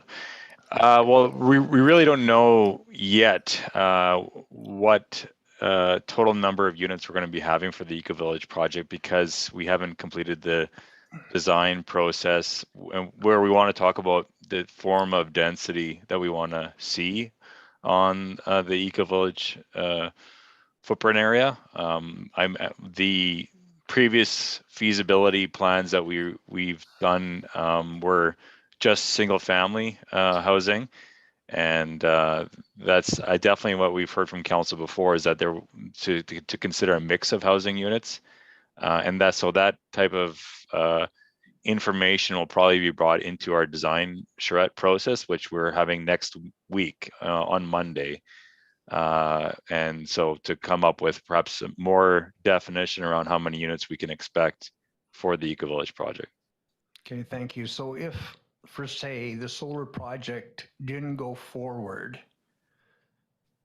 and that became additional Eco Village housing, in our design guidelines prior to a decision being made to sell the property, because we're talking about environmentally friendly homes, possibly step code 5 or what have you, all the homes we could put a criteria on there that all homes must have solar on the roofs, correct? Prior to sale. Through the mayor to Councillor Van Elfen, yes, that's correct. And that's something that we have already instructed our consulting team to consider as part of their design process. I should say though that in responding to your remark though, it would be a little bit different type of utility than the storage and battery storage, where we wouldn't be able to do the peak shaving as an example, right? We wouldn't be operating it as a utility. If that makes sense. Yeah, no, definitely it does. It's just, yeah, we may have to sacrifice something, but square footage wise, we still probably end up with as much or more solar panels. That would be putting power back into our grid on a daily basis. That's kind of where I was going with this, but I appreciate your time and your answer. Thank you.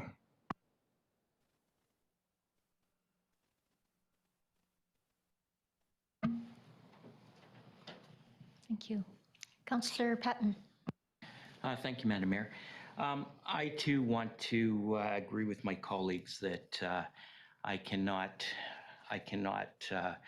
move forward with option 1 or 2. I think that what we're going to be asking of our citizens in the next year in regards to our rec center, in regards to Giants Head Road that's coming up on today's agendas, that we're already diving deep into all of our pockets as we move forward, and to do another $3.5–4 million is I just can't move forward with it. But on another hand, is there any possibility that when we do go back to the funders, and this is going to kind of segue onto what Councillor Van Elfen was saying, is could we not talk to our funders about the $6 million, and perhaps with the Eco Village, that we look at some sort of using that funding as a municipal grant, where through the developer builder of that property, upon doing solar panels on those residential properties, would get a municipal grant for moving forward with those. That way we could utilize the $6 million. It's going towards solar, and we're doing it in a little bit different aspect. That way we might still be, we still may be able to meet those guidelines, but also ensure that I realize that through a builder scheme or some other medium that we will be looking at moving forward with in regards to the eco-built village, as far as whatever step code we come up with is for the builds. That, but I think that a municipal grant would really help in moving that forward if our grant persons were so likely or so inclined to work with us in regards to that. Thank you. Graham? Thank you, Madam Mayor. It's a novel concept, and certainly we can test any of these with the funder. That's an innovative one. The one trick with testing the concept with the funder in terms of their elbow room to move will be what was in their original vetting. So, for example, if in whatever year it was, 2017, 2018, when the funder made their assessment to award this project, maybe another municipality had something like a municipal grant idea that was turned down. So then they would probably have some hesitancy. We just don't know what we don't know. So if option 3 is pursued in terms of a scoping change, I think, that what we might be able to do if that was pursued is to sort of come up with a few different ideas based on what we hear today, come back to council, test a few things, narrow the scope, and then test those things with the funder to see what's in the realm of the possible. That might be how an option 3 ends up unfolding if that option is pursued. But we could kind of create some menu of opportunity, for lack of a better term. The council could help us narrow down some consideration. But that's an interesting one, and thank you, Councillor, for that. Councillor Barkwell and then Councillor Traynor. Thank you, Madam Mayor. If council will remember, I think it was back in June 2020, we discussing the location of the solar project. Our CAO at the time, Anthony Haddad, said it was definitely, in response to Councillor Patton's questions, it was fair to say that if this project was located somewhere else, that the revenues and income to the district would go up, would be higher. And paraphrasing, I don't exactly remember the quote. And that didn't seem to have any weight at the time, but now considering, and I'll also point out that even with a $6 million grant in the original budget, the way it looked to me, with all the costs of the district share and the value of that land, it still didn't make economic sense. And now you consider that the increased need, the overwhelming need for the sort of housing in Summerland that people can afford, the lower market, you might say, the townhouses and the duplexes and such. Oh, I mean, we have lots of growth, $1 million homes at Hunter Hills, $1 million homes down at the Oasis and down at Landry Crescent. But I think we all recognize that there's a need in the market for the townhouse duplex range of housing, and that we could put in this location.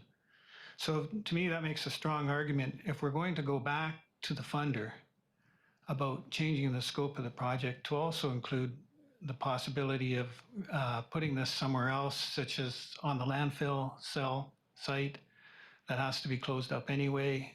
I know there's talks about the ground shifting on a landfill or something, but that doesn't seem like it could really make that much a difference. It'd have to move a heck of a lot to really impact the production of the solar power and the or the water treatment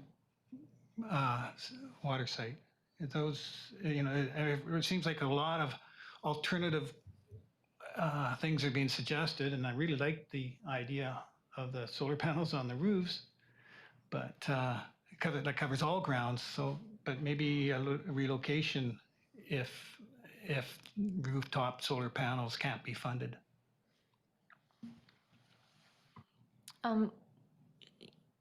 Jeremy or Graham? Well, maybe I'll start in. Jeremy might have a thought. Certainly, yeah, in the call we had with the funder, they actually raised in an unsolicited way that if we change location, it will be considered a major scope change. But I think Councillor Barkwill's comments, Madam Mayor, do presume that we're going for a major scope change potentially. And so if we change other scope, maybe we revisit location. The one thing I think I recall, though, was before my time, but seeing in the file, I think dust on the solar panels near the landfill might have been an issue. So I'm looking at our Director of Utilities here. It maybe eroded some of the capacity if we set up a utility scale sort of array there by the landfill. But I hadn't heard of the idea of water treatment plant location before.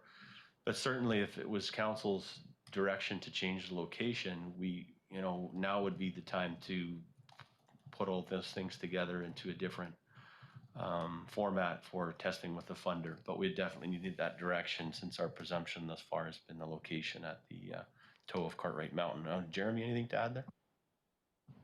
Yeah, thank you. I can expand on that a bit through the mayor. So just taking them one at a time here. So the landfill site, we did estimate that there'd be a higher O&M cost year by year because of the dust removal. So that's an O&M cost associated with that particular site.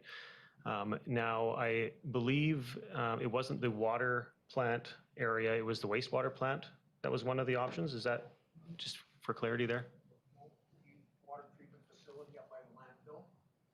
It's got a road, it's got three-phase power, it's got fire protection, Okay. it's got security. Yeah, thank you. So so that's one and the same, the landfill water treatment plant area. So that's the dusty area. And then the solar panels on the roofs.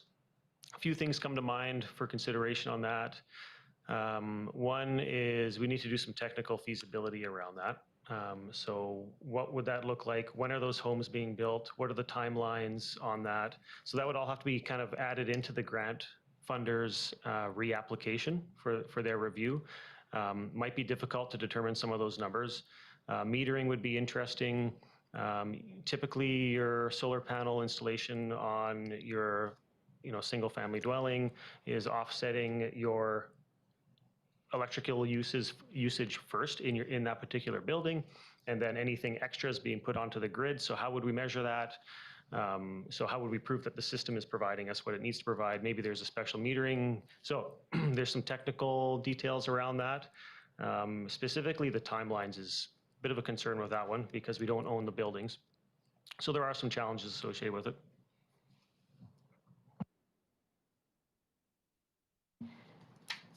Okay, I have Councillor Traynor, and then I'm taking a turn, and then I have Councillor Carlson, Holmes, and Patton.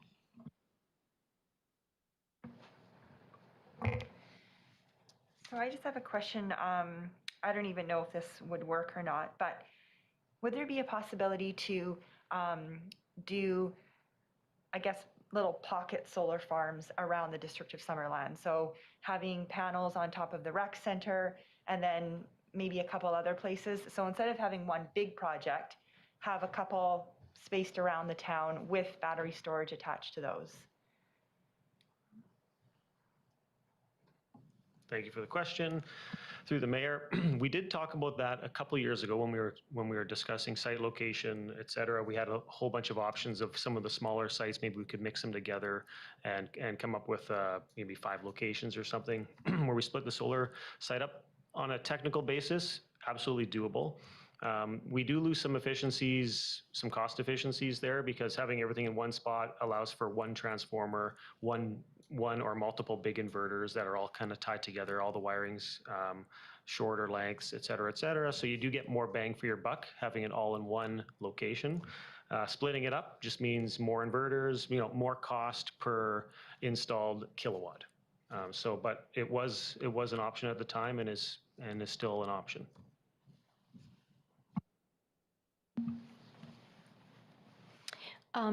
That possibility, that would be, I guess this question's for Graham, that would be considered a major change? Thank you, because Madam it's Mayor. location? Thank you. Sorry to interrupt. No, go ahead. Thank you, Madam Mayor. Yeah, based on location changing, since that was listed by the funder to us as being something that would be sort of a trigger in their world for falling into a major category, I suspect it would be considered a major change. But again, we don't actually know until that's evaluated by the management committee where they would fall on that. And certainly it something that, you know, should council wish for us to check with them, we could put it in the list of things that we could explore. My two questions are, thank you for that answer. My two questions are, what other opportunities we have to look for funding partners. I do remember, this is way back when there was interest. I can't remember if it was just after the funding was announced or when our application went forward. And there was interest from the National Energy Board in partnering with the district on this project. Is that possibly another funder that could be approached? Thank you, Madam Mayor. I think I recall this coming up. There was, I think, a desire on their part to test, is it NRC, to test liquid salt batteries or something of a new technology at that time. So I don't know if Jeremy remembers about that one in particular. We can continue to pursue partnerships or other grant avenues. It does add time. And so in terms of the overall grant, that itself does have a time limitation given gas tax, where if we would have to pick something, and so we might do a brief test with other partners, but would have to come to decision fairly quickly after that. I will say that on Friday, the Community Energy Association reached out to me and said they have some ideas about possibilities of additional funding for said project. I haven't had a chance to sort of get down to the bottom of what they have on their mind. But it did seem to me to be an indicator that there are partners out there that perhaps we could tap into further in whatever the project looks like going forward. I just emphasize we'd want to do that within a quick time constraint and then make some decisions given the clock keeps ticking with the funder as well. Okay, thank you. That was that question. And then I just wanted to confirm with Jeremy.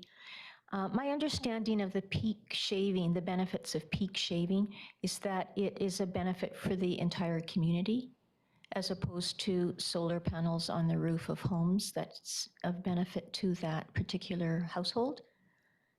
Is that an accurate understanding? That's, in the short answer is yes, Madam Mayor. It's a community-wide benefit. Comes right off of our wholesale cost. Right. Yeah, peak shaving does.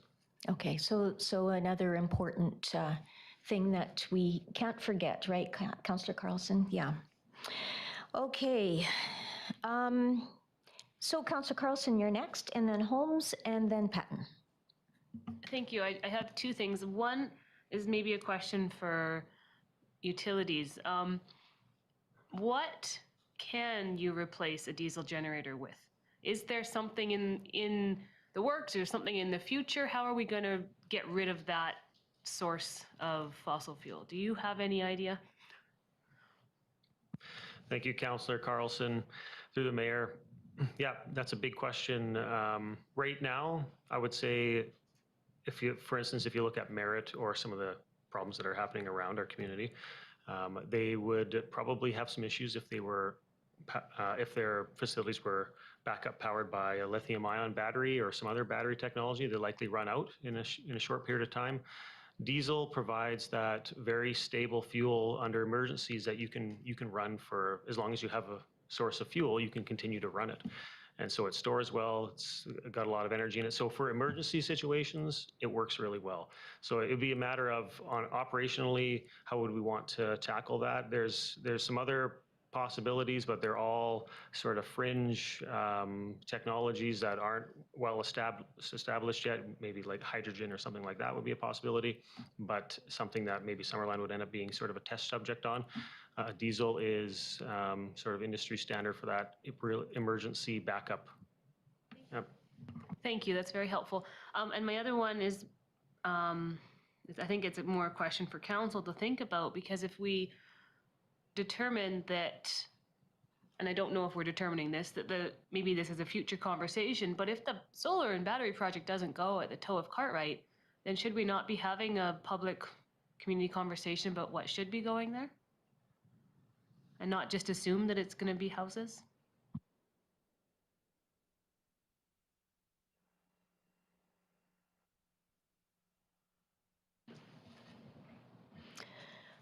Okay, thank you. Good question. Councillor Holmes. Yes, thank you. So if we're looking at a scaled down project, then it does make some sense that maybe if it's a smaller project, it could go into a different, you could go somewhere else, and it's worth looking at different locations. But I don't want us to lose sight of what I have always seen as the biggest opportunity here, and that's for peak shaving. And you know, I understand people are worried about the cost of the project, but and nobody really seems to be too concerned about their electricity costs. But I think we need to start thinking that we need to stabilize our electricity prices. And so my question is, could we get from would staff be able to provide us what a scaled down, how scaled down can we go on a project and still achieve the benefits of peak shaving? Thank you, Councillor Holmes. Through the mayor, we can peak shave to any extent and see a benefit from that. So right now, the plan for the project is the original vision for the project is that we'd have at least 1 megawatt. So that can come down to 100 kilowatts if we wanted. There's still a benefit there.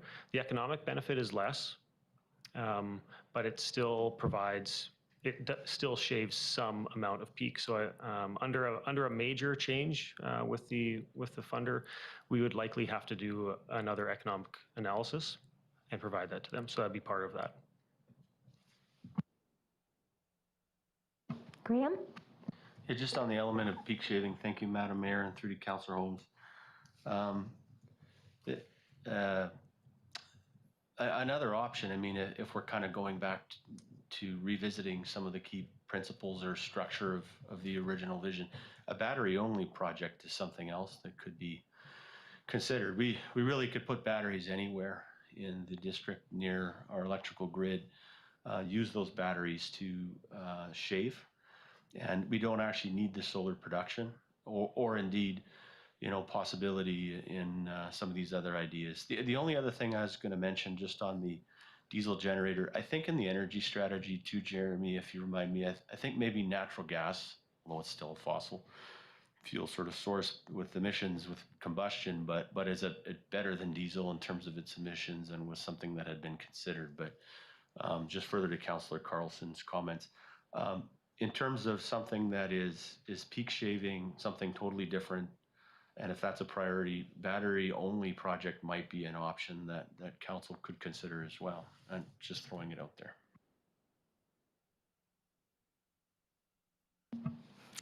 Okay. Good with that for now, Councillor Holmes? Okay, thank you. Councillor Patton, followed by Councillor Traynor, and then Councillor Barkwan. Thank you, Madam Mayor. Please correct me if I'm wrong. The current project that we were looking at would power approximately 100 homes. I'm going back into my memory here a little bit. Thank you, Councillor Patton. Through the mayor, yes, we've been advertising that as that figure. And just keep in mind that that would be 100 homes based on full consumption over a full year, et cetera. So you add up all of that consumption for 100 homes and add up all of the generation produced by the solar system, just the solar system, and that would equal roughly 100 homes. Thank you. If I may.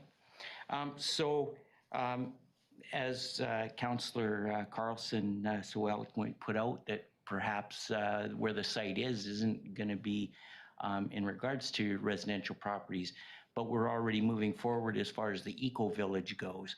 So if we were looking at solar panels on a minimum of 100 units up at that site, And there was an excess where it was netted back to the district, and we were to look at CAO stats in regards to battery storage.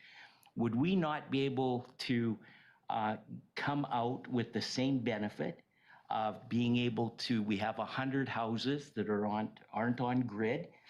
There is a net use that is coming back to the district, and we are taking a portion of that net use and putting them back into batteries in regards to peak shaving.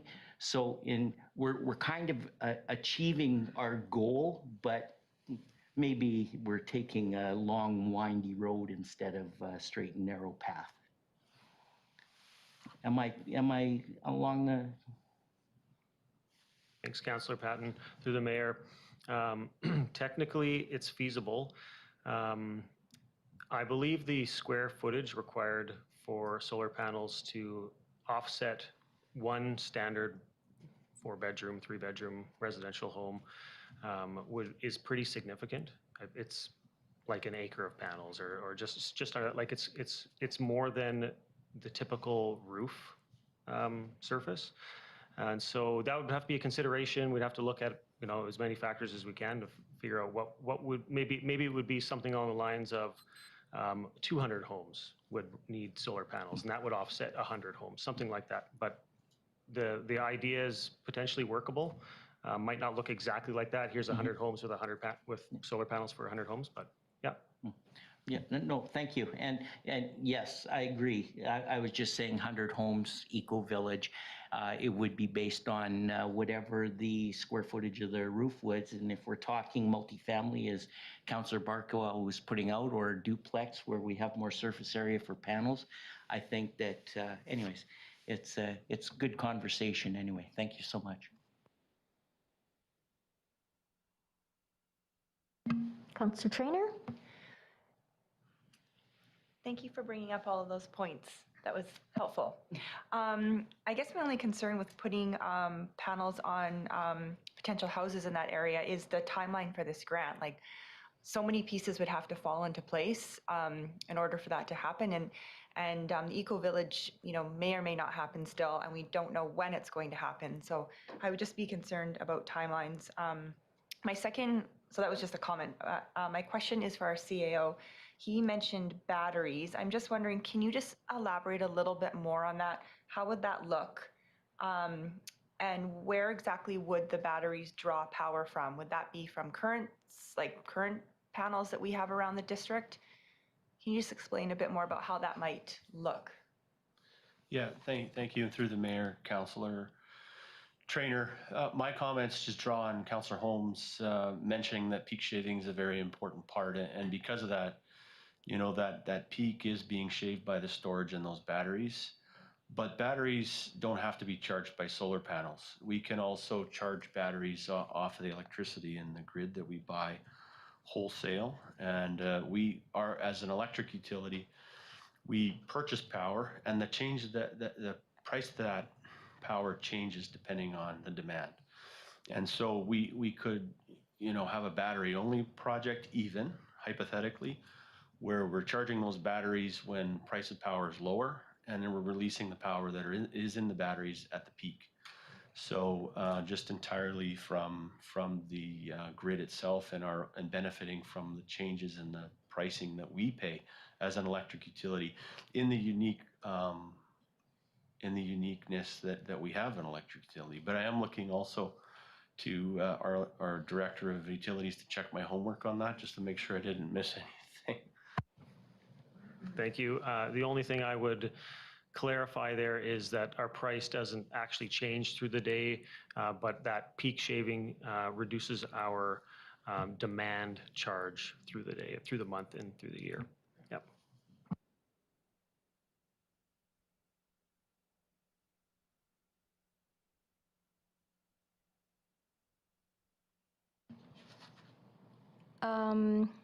Councillor Patton, I think I missed you.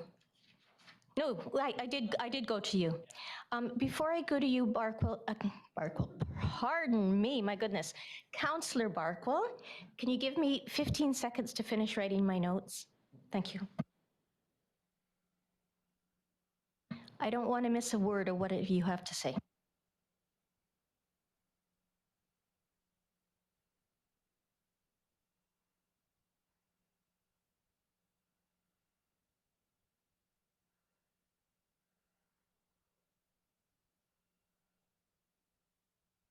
Please go ahead.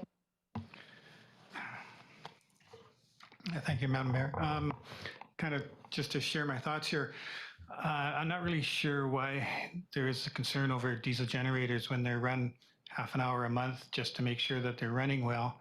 If we're going to be putting resources into, reducing carbon emissions, maybe we should be like towards more electric vehicles or retrofitting houses, or not houses, but district buildings to make them more energy efficient, the pools, the arenas, and things like that. And I do agree 100%, 110% with battery storage being the priority for quite a few reasons. One is that the BC Hydro has recently completed their review of our electrical demand and capacity, and little has changed. We really have a surplus in BC of power until about 2030. There's articles in your favorite environmental magazines about why these run-of-river projects are not having their contracts renewed. I mean, if there's going to be additional power produced, it certainly should be something like an existing run-of-river project, but they're not being renewed by the government because the government says, no, we're not going to buy your power, we've got lots. So solar power would just be adding to a surplus and seeing more water spill over dams and wasted from existing resources. So battery and peak shaving is certainly the priority. And I think maybe CEO Stat might recall a conversation I had with him about battery storage, which came up early in this project, where it was suggested that there was I told him about it because I don't think you were here yet. This was a National Research Council was interested because it had new technology, and Councillor Holmes made the comment at the time he didn't like that idea because it was risky and he didn't want to run the risk of failure. But if we can get this entirely through a grant funding and concentrate on battery storage and be doing something innovative, I agreed with him at the time, but if we can be seen to be contributing towards innovation with this grant money in Summerland, I think it's a win all around. And just concentrate on the batteries. But, like you say, that's a major change. But they might see, it might be more attractive to them if they see that we're also, introducing innovation, which solar panels and lithium-ion batteries is not innovation. I mean, there's billions of dollars worth of solar panels being put in now, so we're not learning anything there. So, thank you. You're welcome. I'm glad you let me have time to write, because I totally agree with what you just said, and it reminded me, thank you, Councillor Van Elfen, and it reminded me of one of the comments that we got back when we first talked to the provincial government about this, and that was, because you have battery storage, it makes quite a unique and innovative project. So that was a key piece in us getting the funding, if I recall correctly. So good point, Councillor Barkwell. Councillor Van Elfen. Thank you, Madam Mayor. I just want to kind of go off of what Councillor Traynor was saying earlier, and I really like the concept of battery storage at critical infrastructure areas in our community, like Public Works, City Hall, Arena, like I think our Arena is our emergency response center. So battery storage is in those locations.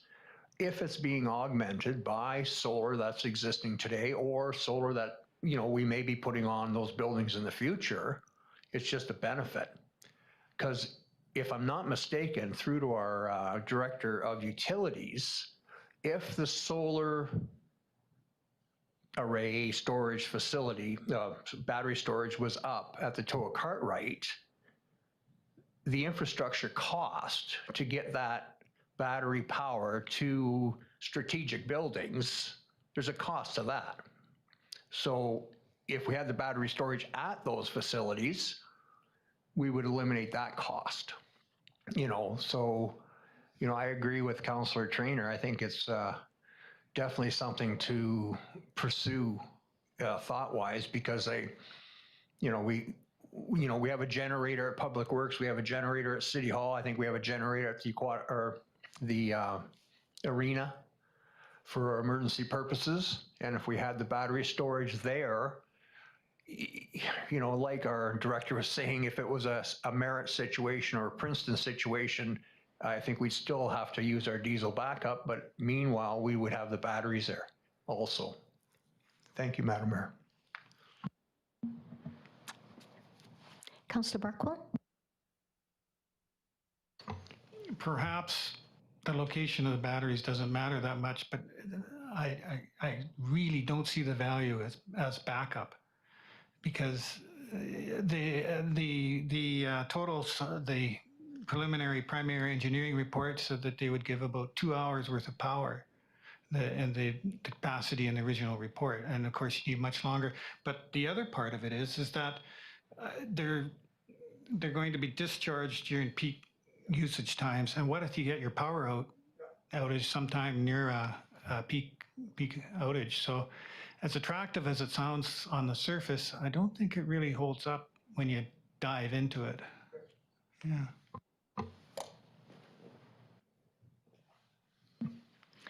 Councillor Holmes? Yes, thank you. I just have a question regarding the grant application process. So I totally understand we're in special times right now, and with the challenges of the supply chain and everything like that. But even before COVID, every major capital project that had any kind of long implementation plan that we received grant funding for, the grant never covers what it's supposed to cover. It's every time it's up to us to cover the shortfall. I mean, that was with the Garnet Valley Road water separation, with the Arts Center, every project we do, and I don't think it's unique to Summerland, it's everywhere. And so my question is, can't we build into our grant application, the right to be able to scale depending on costs, to accommodate changing market conditions and new technologies, innovation, whatever?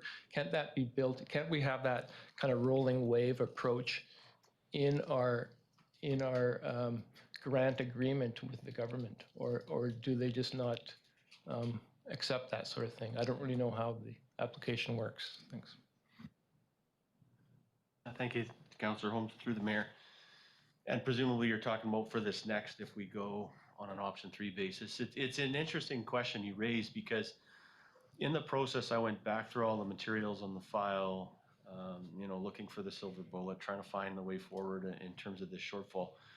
And there's, in our original grant application to the funder, question 10 of that, their application that we're filling the fields out in said, what will you do if you encounter cost pressures and cost overrun situation? And our response in question 10, when we went for that grant, was we will scale back the project in order to accommodate. This is great. So we got on the phone with the funder and they said, yeah, thanks for your answer in the application, but it's still subject to the grant agreement, and the grant agreement in section 4.1B, I believe it is, says that it's subject to the funder's approval through their management committee.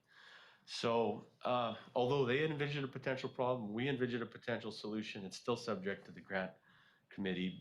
But I think what we can do if we're in an option 3 scenario is reiterate, underscore, highlight, and identify that it would be our intent to remain agile, given we're riding the wave of a significant change in the marketplace due to all the conditions that we're seeing. Follow up, if I may. Is there any room to negotiate the terms of the agreement? Not the application, but the actual agreement, so that something like that can be built into the agreement. Or do they just say, here's the agreement, sign? So in truth, and to be frank, my interaction with the senior levels of government thus far, negotiation is not the feeling I'm left with that we're having with those governments. They do have defined criteria. I would look to our director of finance if there's been examples in the past where we've built in provisioning, but typically it's a template agreement. The challenge being often the template being changed requires review from government lawyers and ultimately sometimes the minister in terms of the nature of that agreement. Could we ask? Absolutely. But they do like to confine us to the template agreements. Thus far, it hasn't been really much of a negotiation, but they have demonstrated a willingness to collaborate to see if we can find a way forward if we choose to try and rescope it.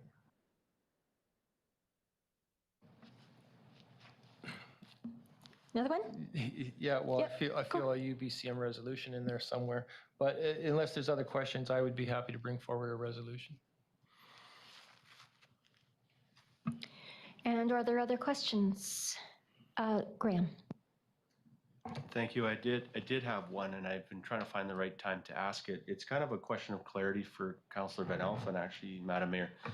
Early in the conversation, Councillor Van Elfen raised the question of solar panels on the roofs, potentially of what might end up being an eco-village. No decisions have been made yet.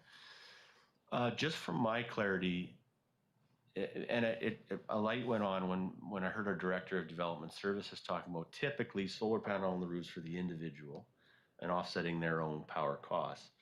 Is your proposal, Councillor Van Elfen, that the district would own the panels and the condition would be that our panels can go on the roofs of their houses? Or is it just more of people putting from a step code perspective, the panels on their roofs for their own use and enjoyment? Thank you for the question. No, it was more of a, if the grant funding, we scrapped this whole concept and pulled the plug on the solar project, so to speak, that theoretically we could still have the same amount of solar panels in the district of Summerland.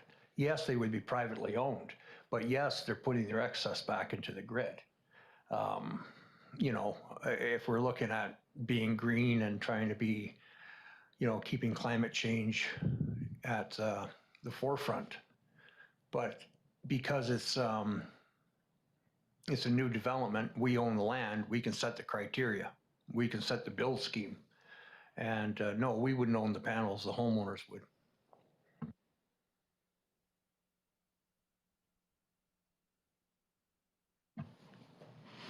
That might be something for consideration, though. It's just another environmentally friendly project that's going to be added to the cost of the homes. Now, that's, how we determine how these homes are going to look like. Is there going to be a mix of townhouses, fourplexes, single-family residences, what have you? But again, when we do a project like that, if the solar doesn't go there and the battery storage doesn't go there, like Councillor Barkle said earlier, we're in desperate need of housing in this community and a variety of housing, a diversity of housing. And I just think it's an opportunity, but solar on the roof is just another benefit to our whole community, I think. And yeah, that's about it. Thank you. I have another question of Jeremy related to this. You mentioned that it would require an acre worth of panels on top of roofs to get to I can't remember, 1 megawatt? Is that what you said?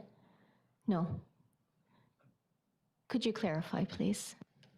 The point I was trying to make earlier, Madam Mayor, is that we couldn't necessarily take, because we were advertising that we're going to be generating power equivalent to the usage of 100 homes. We couldn't take 100 homes and put solar panels on the roofs of 100 homes and have the equivalent system, because there's likely not enough square footage on a typical roof for that. We'd need maybe 200 homes or some number. I don't know the number.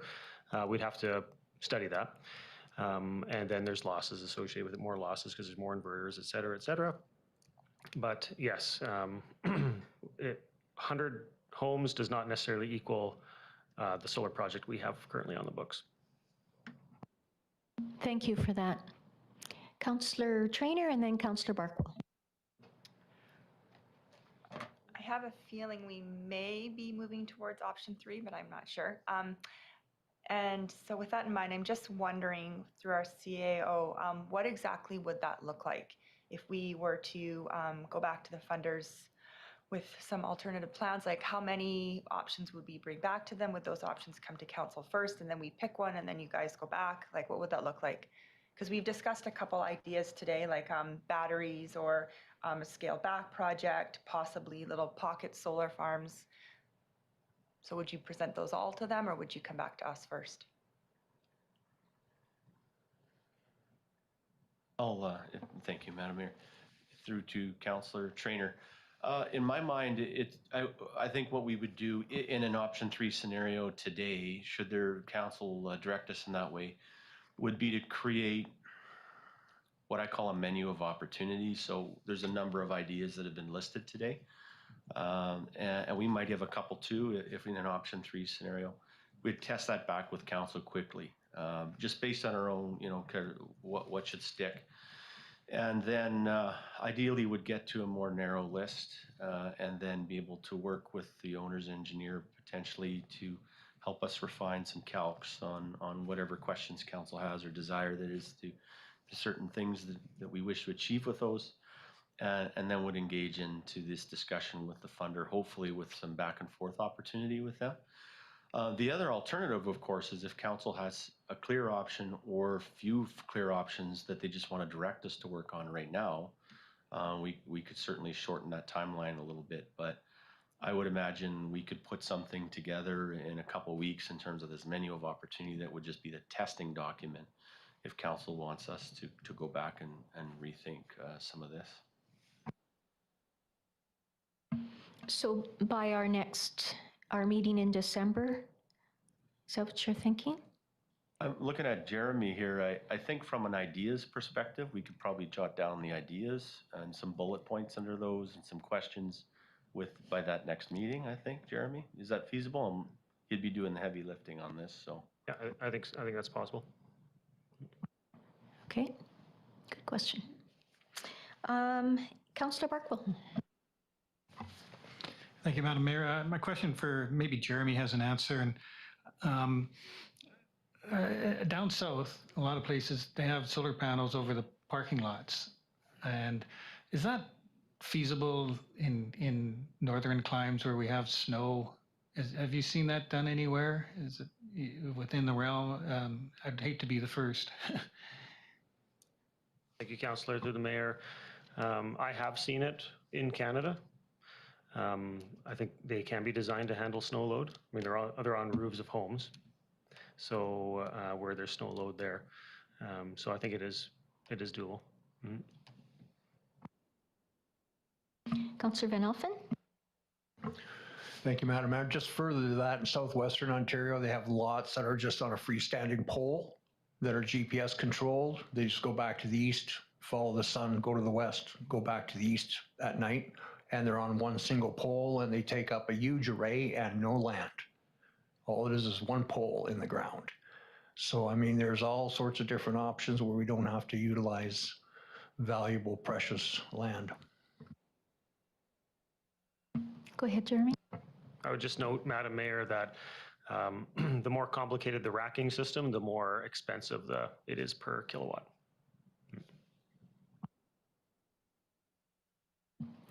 Does operation and maintenance costs go up as well? Yeah, and that's reflected in the cost per kilowatt. That's correct, Madam Mayor. Their capital cost goes up, but also to maintain those motors and gearing system, et cetera, you would have a higher O&M cost there. Okay, any other questions? Okay, back to you, Councillor Holmes. So I'll bring forward a motion that council directs staff to proceed with option 3 as outlined in the report from the Director of Utilities dated November 22nd, 2021. Seconded by Councillor Trainer.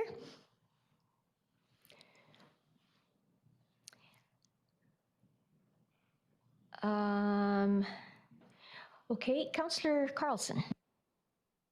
Thank you. I just want to say that I still believe that the solar and battery project in its location on Cartwright Mountain is a good idea.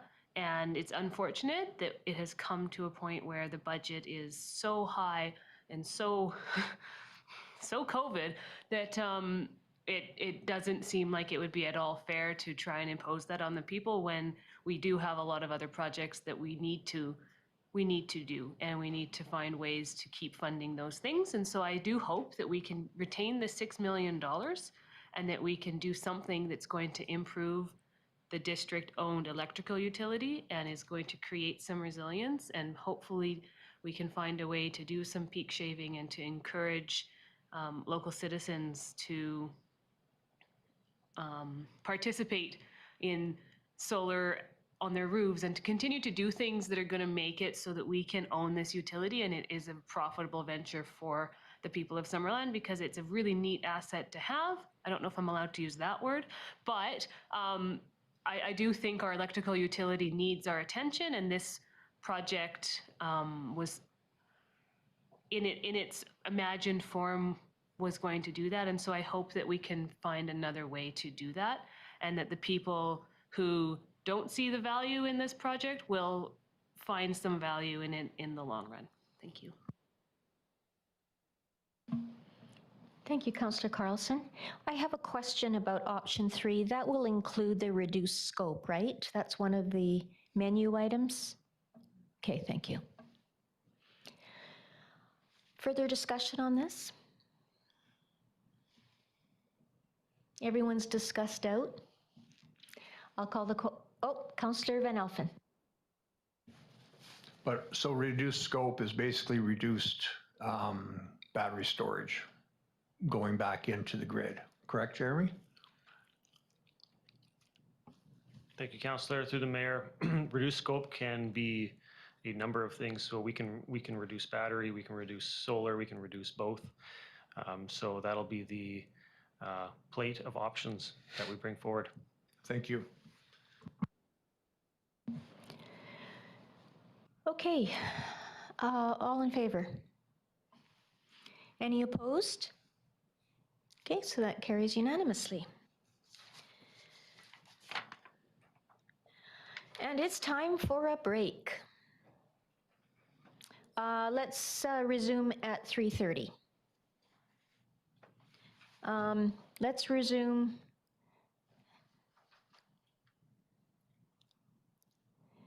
We'll resume at 3:30, recognizing that we'll probably have to extend this meeting a bit. Good?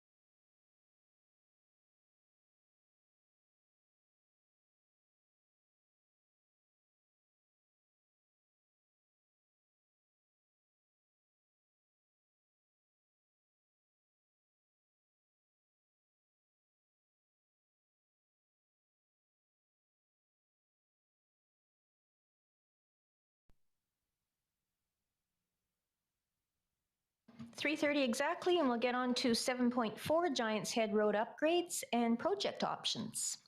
This is for Joe, I believe. Yes.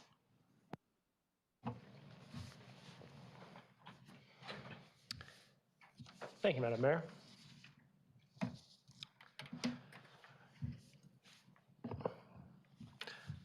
So this report is before council today for direction on moving forward with the Giants Head Road upgrades project.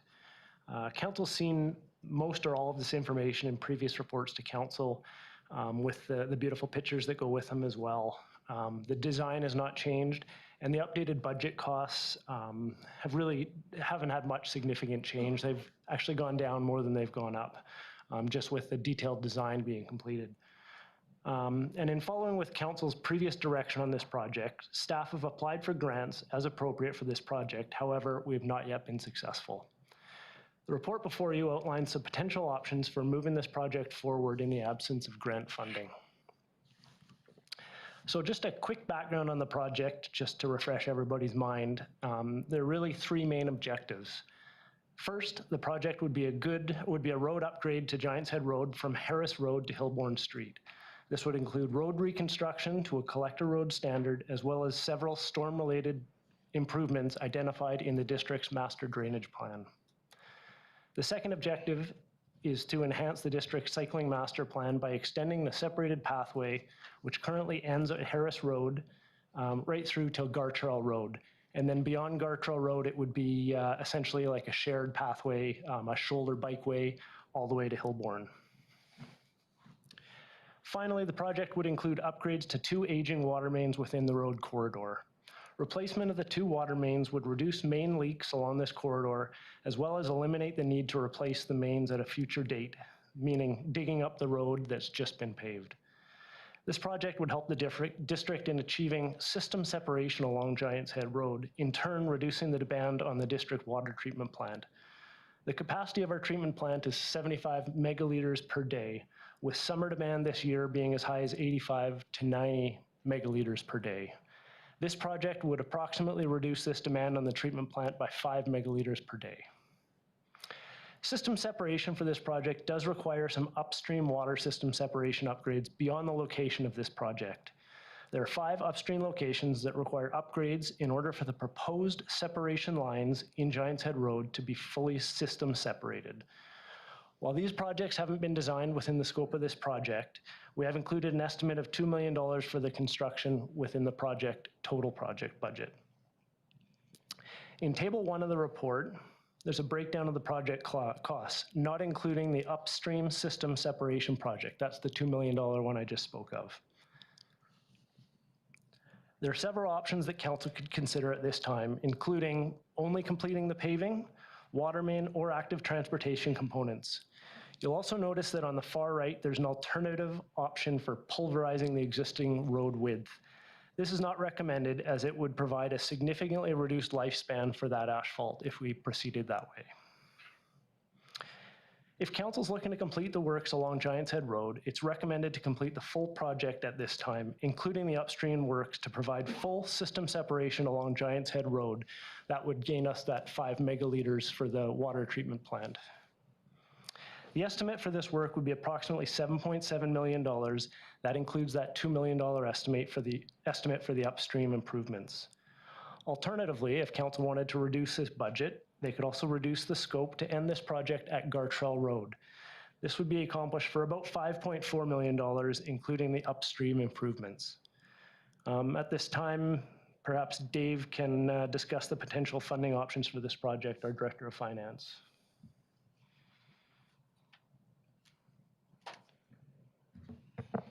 Thanks, Joe. So looking at these projects and the 2 options that have been presented by staff, there's 2 real funding options that staff have identified. The first one is postponing approved capital projects. So again, council can resolve to postpone or defer a significant portion of the capital projects within the current 5-year approved capital plan. That would free up enough reserve funding to allow this project to move forward without any other alternative funding sources.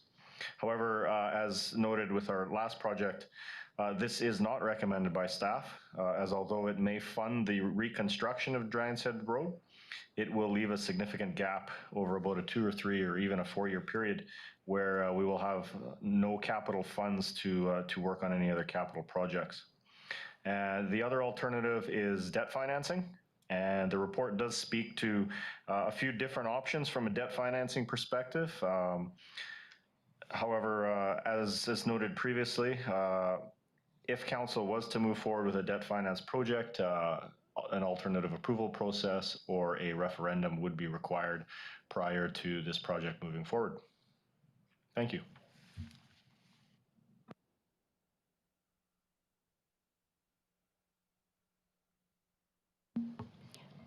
Is it back to you, Joe, or is that the end of the staff presentation?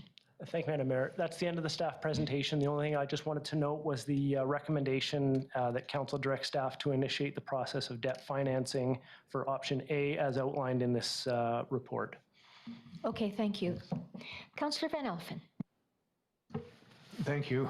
Question through to our Director of Finance. How much longer debt-wise for Garnet Valley Road?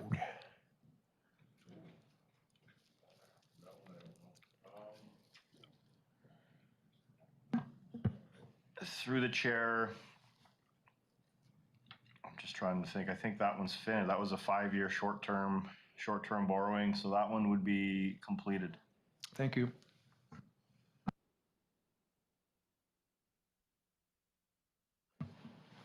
Councillor Holmes and Councillor Carlson. Yes, thanks. I'd kind of like to be able to see a map to visualize some of this, but so you mentioned there were 2 water mains, and so what are the 2 different water mains? Where does one stop and start? And were both those water mains installed at the same time? Are they both the same age, or are they one newer than the other? Thank you, Councillor Holmes. Through the mayor, there are existing 2 water mains within the entirety of this project. One's more for irrigation and one's for domestic. They're different eras, but they're both nearing end of life for the project. So this project would be the installation of 2 replacement mains, leaving the existing ones in place, just abandoning them. So the project goes from Harris Street on Giant's Head Road all the way through till either Gartrell or to Hillborn Road. So, sorry, I'm a bit confused. So there's 2 existing mains right now. They run parallel to each other? They do? Yes, they do. Oh. So it's just a replacement project of both of those mains. Are both used right now? Yeah? Yes, they are. But they're both with treated water. Oh, okay. So that separation piece wasn't ever completed? No, it wasn't completed. Okay. Councillor Carlson. Just, I think it's a question for Director of Finance.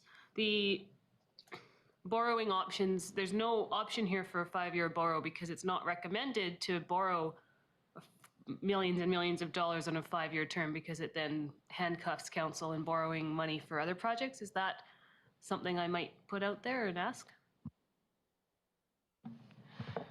Through Madam Mayor to Councillor Carlson, just based on the size of the borrowing, a 5-year option wasn't even looked at. Just from an annual debt payment perspective, our annual debt payments on a 20-year borrowing are $356,000. So I think on a 5-year, I would need to run the numbers, but they would probably be 2, 3, 4 times the size, which to pay for that would require a very large increase in rates. Thank you. So my understanding is that if Garnet Valley is paid off after 5-year large payments, we don't necessarily want to get into that situation again. But there could potentially be another option here, which is to have this ready to go and continue to apply for grants, correct? Through the chair, yes. My understanding, and Joe can correct me if I'm wrong, but I believe the drawings are all ready to go. And it's just a matter of waiting for those grants to come forward and have the district apply and hopefully become successful. And just to follow up, if you don't mind. So would it be possible to have a referendum on borrowing, but also receive a grant and then not have to borrow as much of that money? Yes.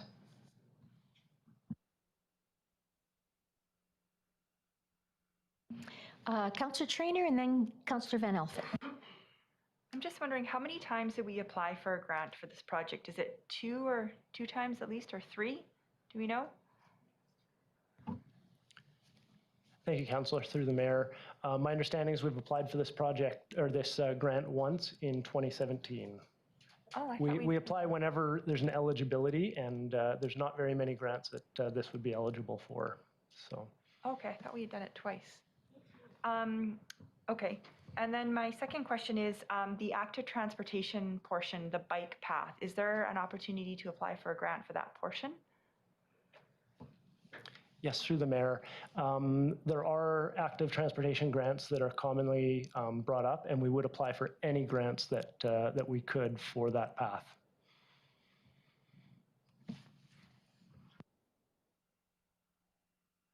Councillor Van Elfen. Thank you, Madam Mayor. Back to what Councillor Holmes is saying. Is there any possibility we could bring Google Maps up on the screen so we can see the difference between the Hillborn and the Gartrell Road?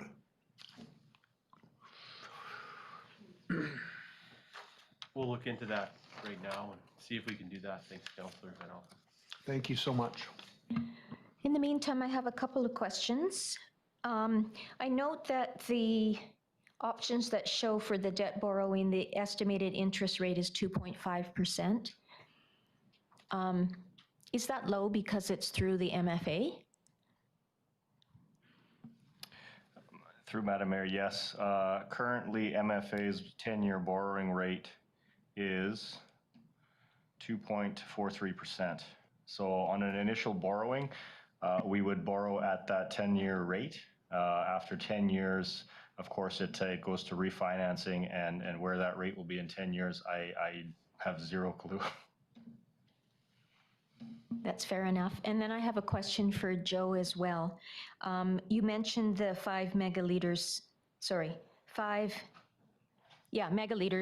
per day. Is that significant? Yes, thank you, Madam Mayor. It is significant. In the capacity of our facility is only 75 megaliters per day, and we're currently in our peak period demand. We're in the 85 to 90 megaliter per day range. So dropping off 5 megaliters would be over 5% capacity gained by the water treatment plant. Yeah, that would be great. And also it's better for agriculture too to have that water Absolutely. separated. Councillor Holmes. Thank you. So I was just wondering, do we have any kind of a water system separation plan? I know in the water master plan, it looks at water separation at kind of a high level, and Giants Head Road is next on the list of things to be separated. But it doesn't really go into detail about about the whole, looking at the whole twinning as one big picture. And I've always thought, if we had a separate separation plan and looked at it as one project, we might be more successful with grant funding if that's the project we're phasing in over time and applying for, as opposed to repaving a road. So that's one question. And the second question is for the upstream works for this project. I'd like to see on the map where those 5 locations are, and also just I'd like to be able to visualize on the map where it's twinned now and how the twinning would come around and onto Giants Head Road, and how all that would work.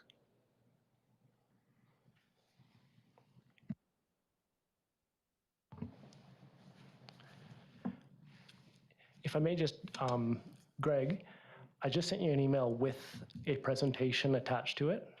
And it does actually show a lot of these items. It's just a historical one that we can use. It's one that council has seen before, and it may help to show the area as well as some of the questions that have just come up. So I'm not sure if that's easy to bring up. And then Councillor Van Elfen, you can determine whether or not you've got what you need. Okay.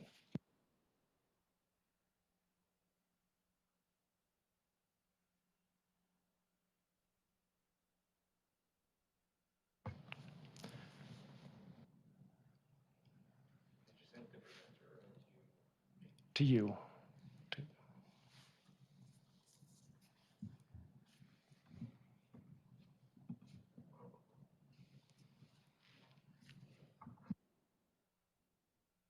Graham, did you want to say something?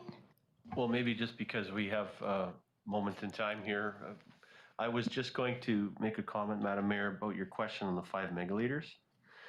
It doesn't sound like a lot, but this summer during the heat dome, when our water treatment facility was operating at above capacity, I would have given just about anything to have 5 megaliters because pumps were breaking down, things were overheating, the demand was high, and we almost had to switch to the bypass, which puts the whole community on either a water advisory or boil water order, and takes a long time to come off of that because of the testing requirements that need to.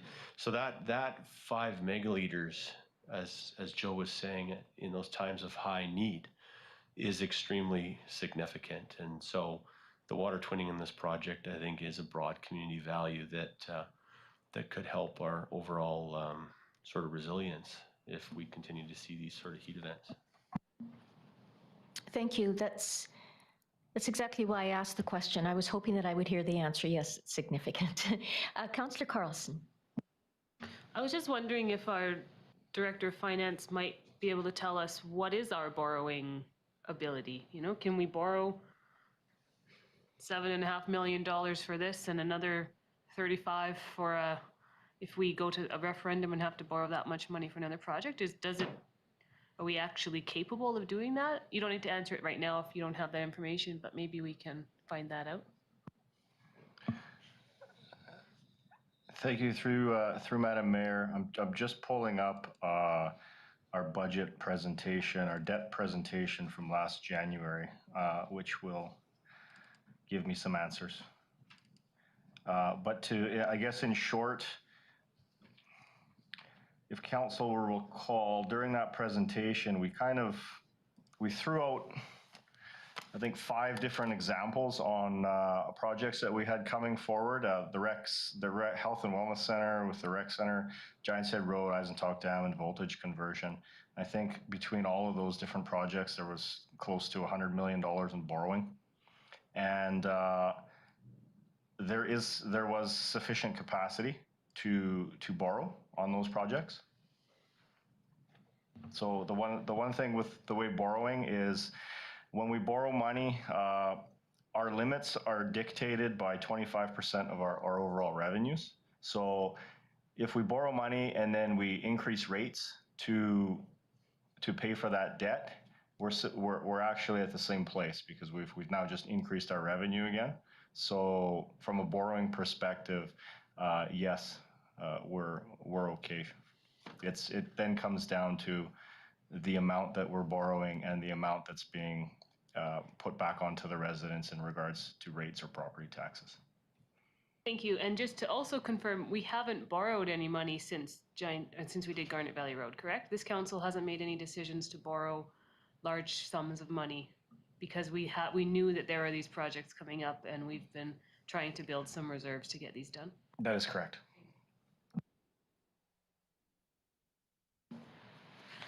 Okay, so the slides are there, and you know what Councillor Holmes's question was? Yes, thank you, Madam Okay. Mayor. There were several questions, but one of the ones that has been the common theme is just where exactly these are. So I've just put up an overview. It's, I guess, a little bit difficult to see, but this one shows the extents of the full project in that yellow line there. So on the right-hand side of that line would be Harris Road, would be the start.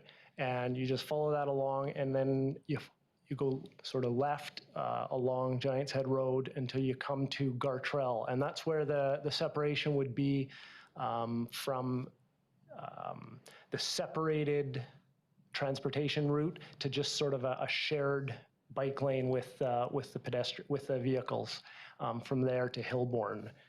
And I'll just go a couple of slides ahead.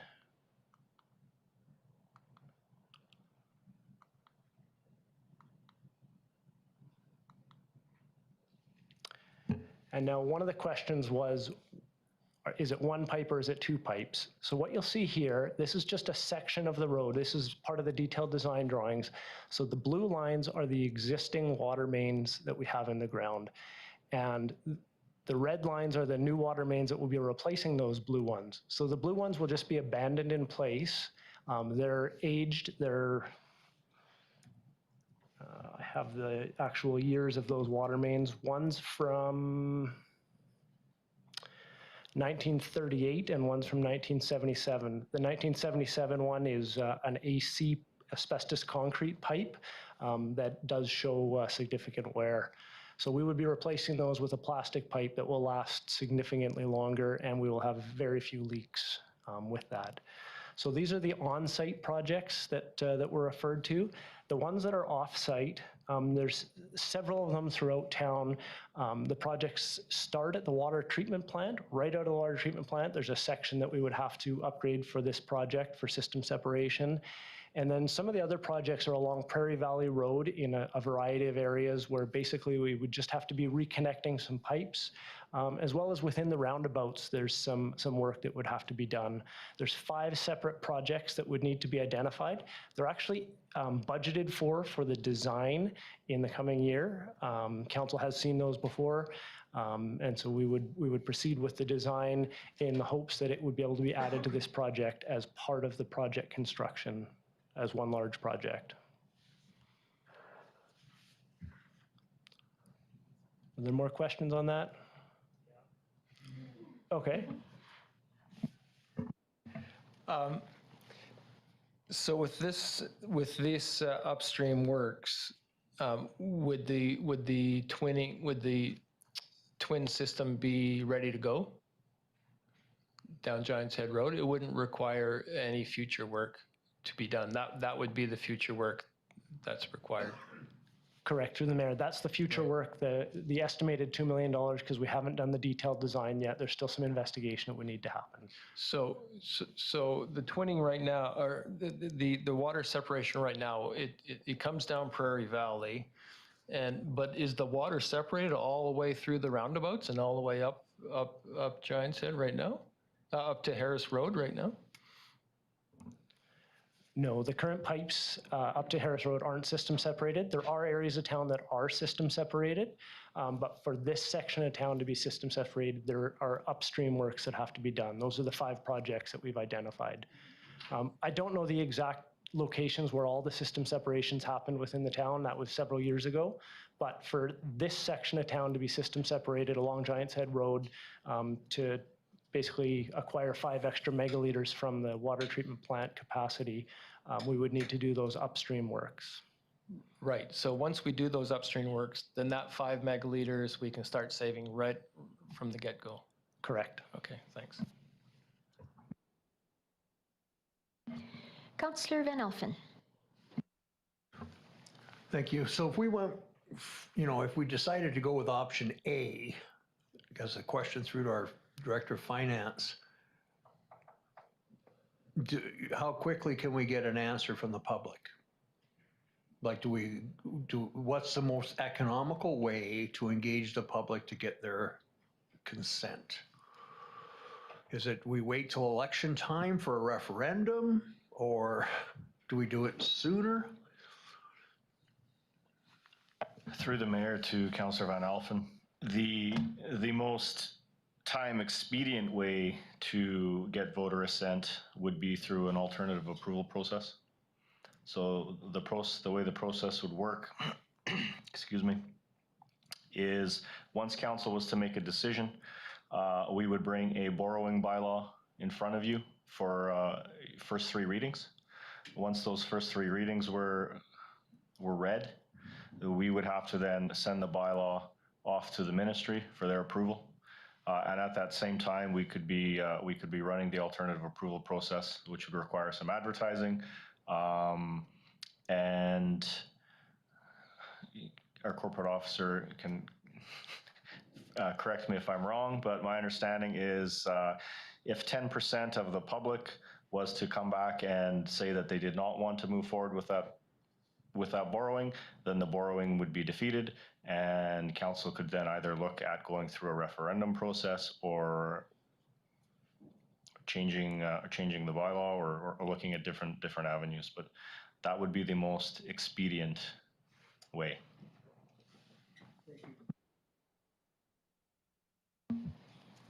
Councillor Trainer.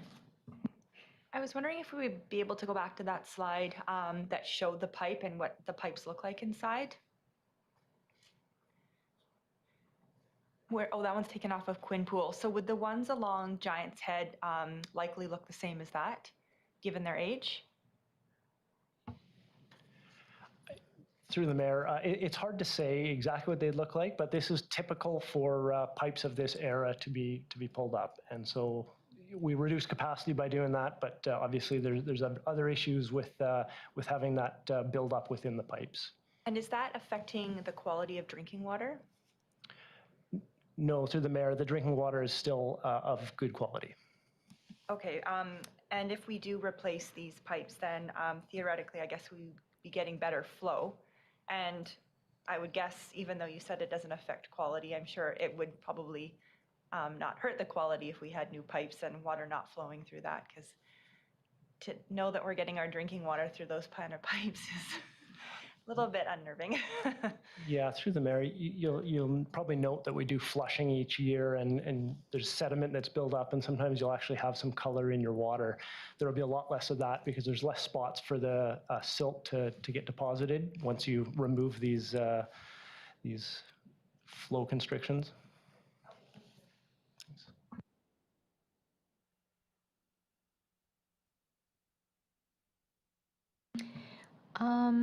Anyone else have questions? I just have a question of interest, I guess. Why do you leave the water mains in place? Thank you, Madam Mayor. So there's not much value in pulling them out. As you'll see, the ones up there from 1977 are asbestos concrete, and asbestos is something that we do not want to deal with if at all possible. So instead of actually handling it again, we just leave it in place so that it can't harm anybody that's trying to pull it out of the ground. We do note it so that if we ever do future digs in that area, that is there. Usually it does have some sort of a tape across it so you can identify it before you actually strike it, but it is much safer to just leave asbestos alone. Makes perfect sense. And one other question related to the questions that Councillor Holmes had. The upstream work that needs to be done for the water separation, all of that's included in the estimate, right? Yes, thank you, Madam Mayor. That estimate, it's the $2 million. So the 7.7 includes that $2 million, yes. So it's just an estimate of $2 million for those off-site upgrades that would have to happen.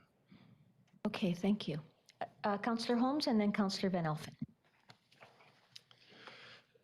So if we went ahead with the full project, but only to Gartrell, seeing that there is a twin pipe already on the rest of Giant's Head, can you connect the new pipes to the old pipes for that guard trail to Hillborn section? Yes, through the mayor, we should be able to. So I don't really see this as an option, but I was just wondering what, thinking in terms, well, you could phase in, you could do that other section later, the road part of it later. I just wondering the costs for doing Harris to Gartrell only as a full project, and then just the pulverize and pave for the Gartrell to Hillborn section.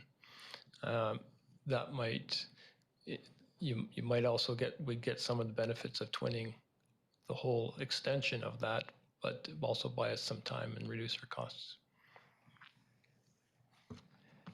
Through the mayor, yes, that is definitely an option. This picture, I believe, shows that stretch of road.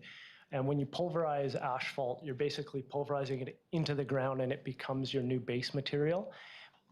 It's not an ideal base material, so its longevity would definitely be much shorter.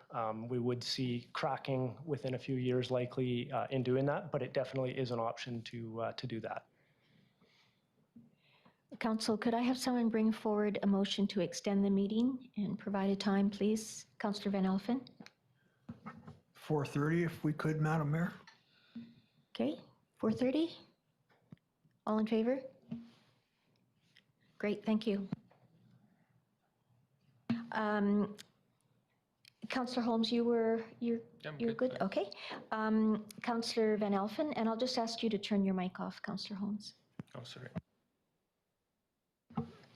I was prepared to put the option A on the table, Madam Mayor, but I think there's other questions. I'll go to Councillor Barkwell. Thank you, Madam Mayor. Councillor Holmes brings up what I was thinking as well. There has to be a limit on how much we can spend. And the stretch from Gartrell to Hailborn is much less used than the rest of Giant's Head Road. And so although it's not exactly an option as specified here, I'd call it option B1 perhaps. I really like the project, the idea of going from full, what do you call, the full meal deal all the way up to the intersection there at Harris. And no, that's the other end at Gartrell, and yeah, Giant's Head and Gartrell, and the pulverize, if anything, maybe not even anything, but I'll put pulverize from there to Hailborn. Does that have any traction with anybody?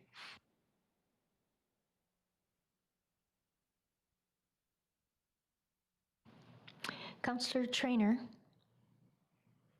Can I just clarify, there was a, Joe, I think you made a comment a couple minutes ago that if we were to do that, there would be cracking likely within a couple of years in that section from Gartrell to Hailborn? Yes, thank you, through the mayor.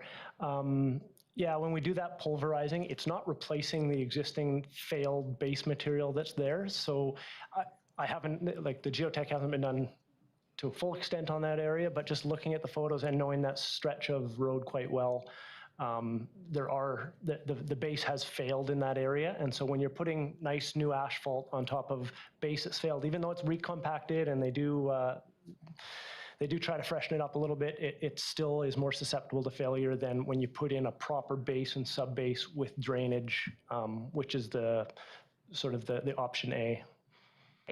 Yeah, so I understand the need, the desire to save money, but I also really don't like the idea of doing something that's only gonna, that we're just gonna have to replace or that's gonna crack in a couple of years.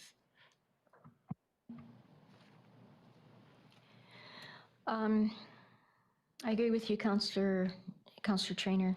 If I'm reading the table correctly, it shows 580 for the, no, I'm sorry. Oh yeah, there's 950 for the full project and then just over $1 million for that project. So I don't see a huge cost saving, but maybe I'm reading that wrong.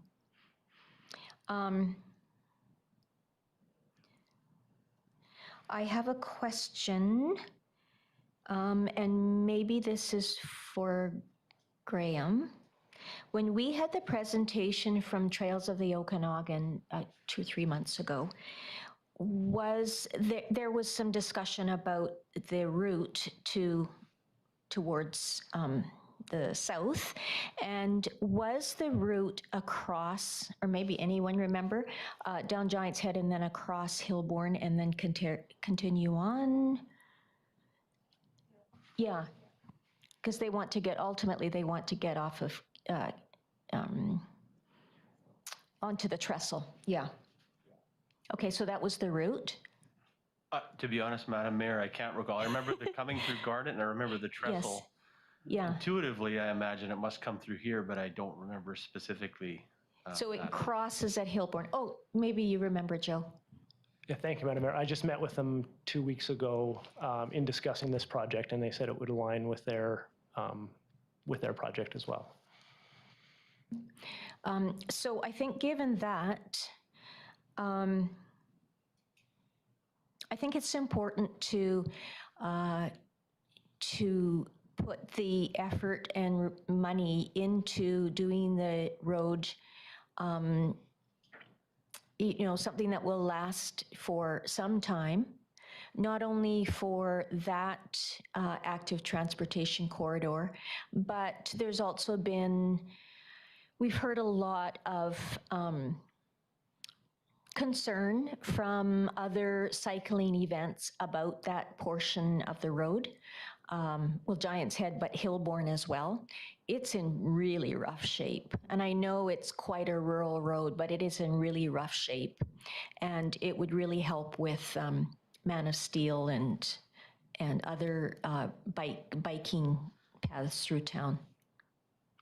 I'm not sure who put their hand up first, but I'll go to Councillor Van Elfen. Did you have your hand up? No, Councillor Van Elfen, and then to Councillor Barkwell. Thank you, Madam Mayor. Could we bring that map up again? The full extent of the project map?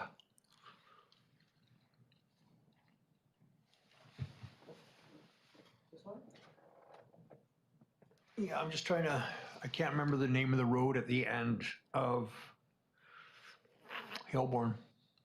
There's a, sorry, Garnet Valley all the way, is it Hillborn it ends?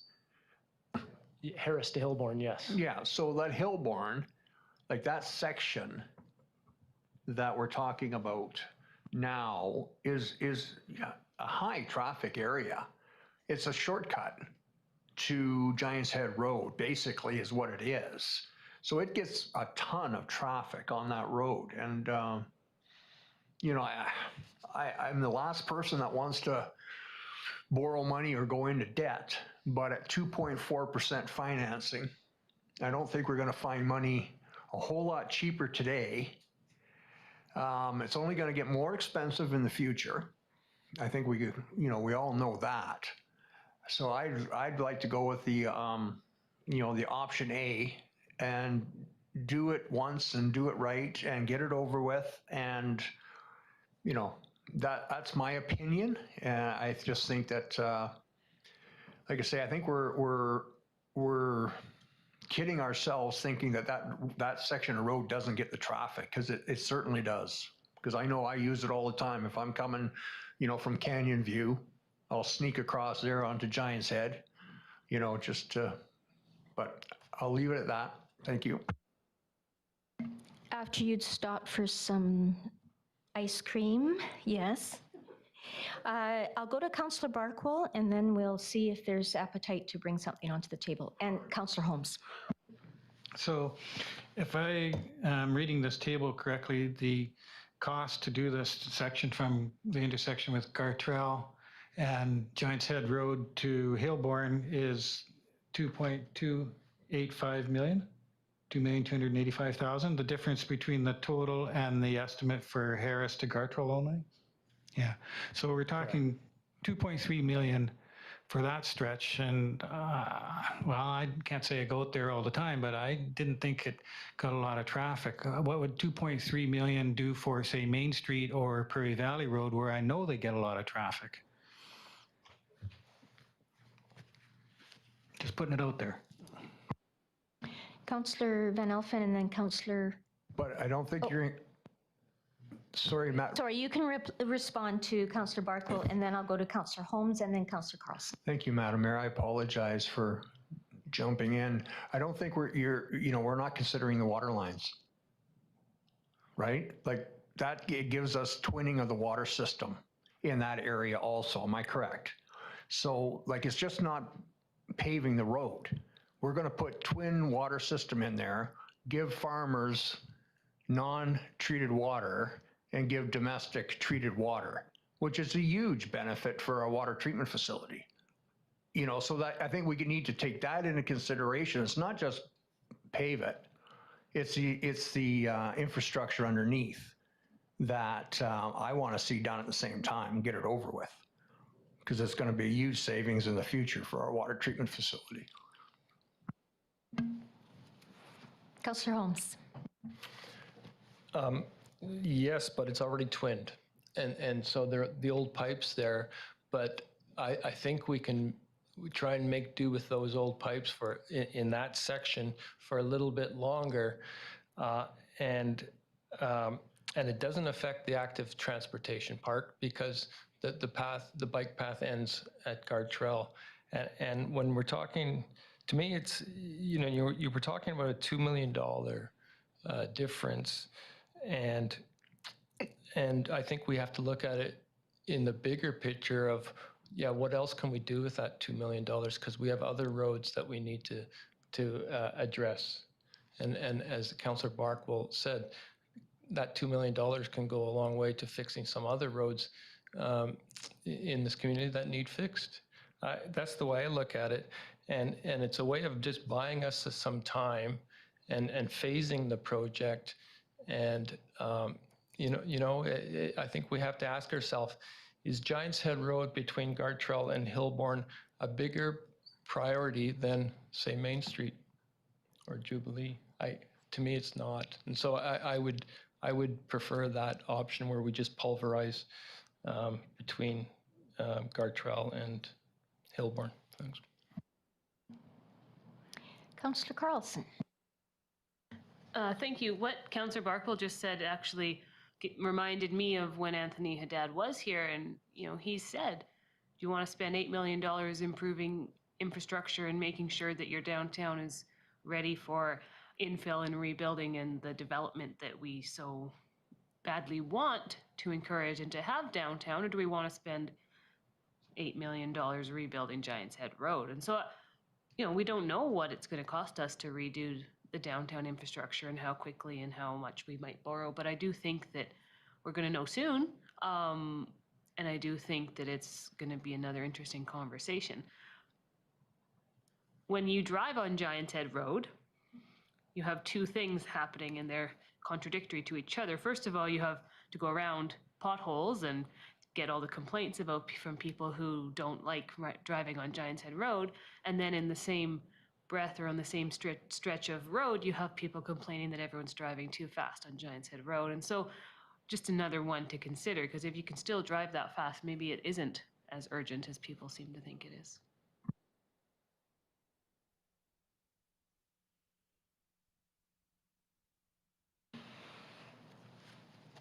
Okay, are there any more questions of staff?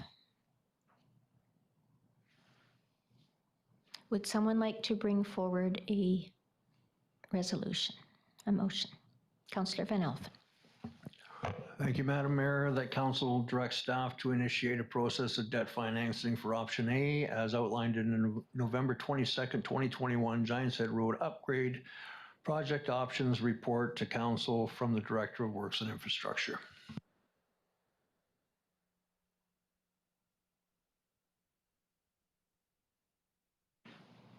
Thank you. Seconder, Councillor Traynor. Further discussion on this? Councillor Barkwell. I'll be voting against this, not because I don't think Giants Head Road needs to be upgraded, but because I think we should limit and go with, as Councillor Holmes said, a phased approach. And we'll get the benefit of the twinning by hooking up the water lines at that point. And we can save $2 million for other things. Yeah. The only sacrifice being that the road, which doesn't get a great deal of traffic, will eventually deteriorate to where we want to do something with it again. And maybe that's when we'll do the replacement of the lines 10 or 15 years from now.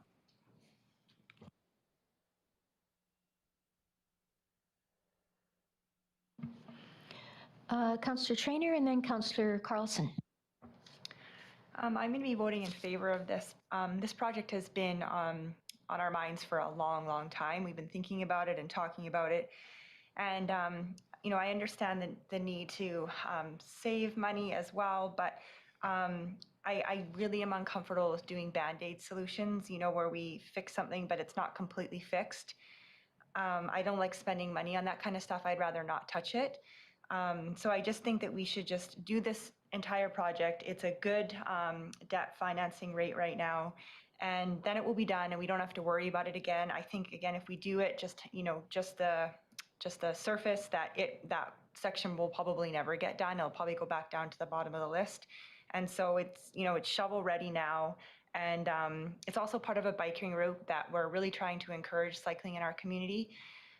So that's another reason that I think that we should just do it right, and we'll ultimately see what the taxpayers think. But I'm in support of it.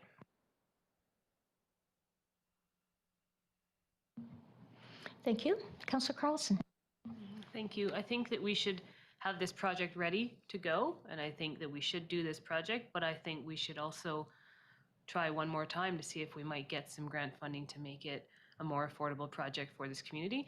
The event this past summer where we had to turn, in the middle of the night, had to turn water off because there was a high flow and a lot of users on Giants Head Road were considered to be high volume water users. I think it actually might help when trying to apply for a grant, especially if we look at twinning the system and getting that, and we can use the resiliency and the climate change and the infrastructure need as part of that. And I think talking about water and water security and food security, because those things are all tied together, when applying for grants will be more, I don't think we used those things last time we applied, so I do think that it's worth trying that one more time. I'm not saying we shouldn't be paving Giants Head Road and making it better for everybody, but I do think that it would be nice if there was some more support to do that from outside of our community. And then if we fail, then let's go through this process and find out if the community is willing to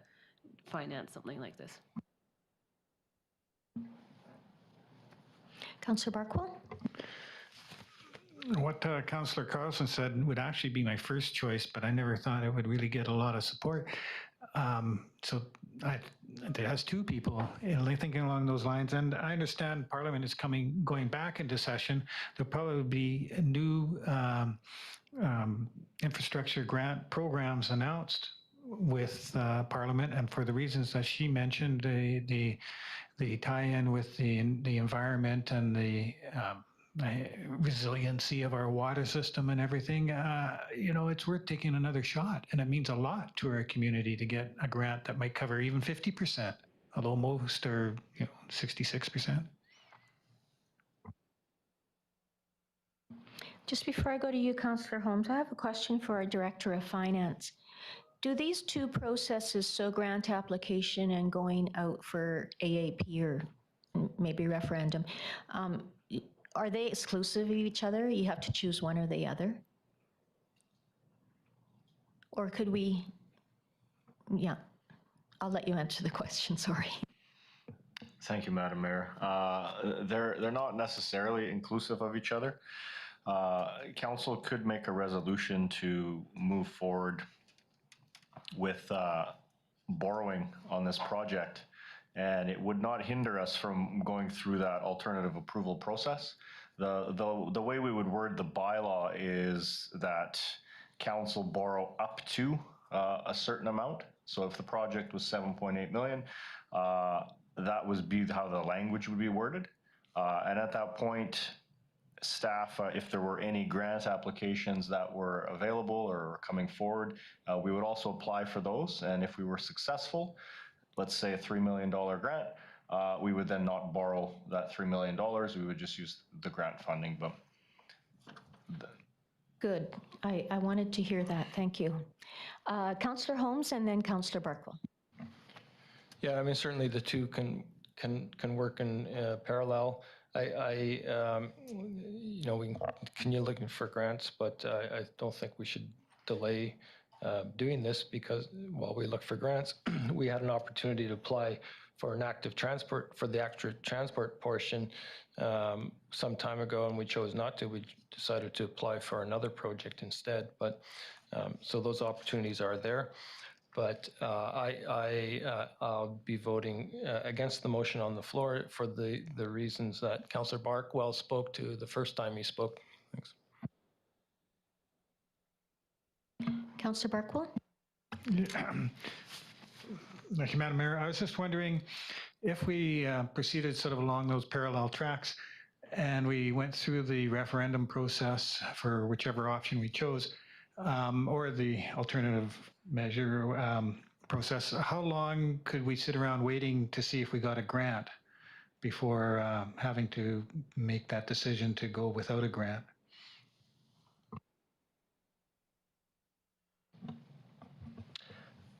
Through the mayor, theoretically, council could sit for as long as you wanted. Quite frank. Well, let me rephrase that. Council could sit on it for a little bit. Public assent would have been already approved, so the public would have already approved the project from a debt borrowing perspective.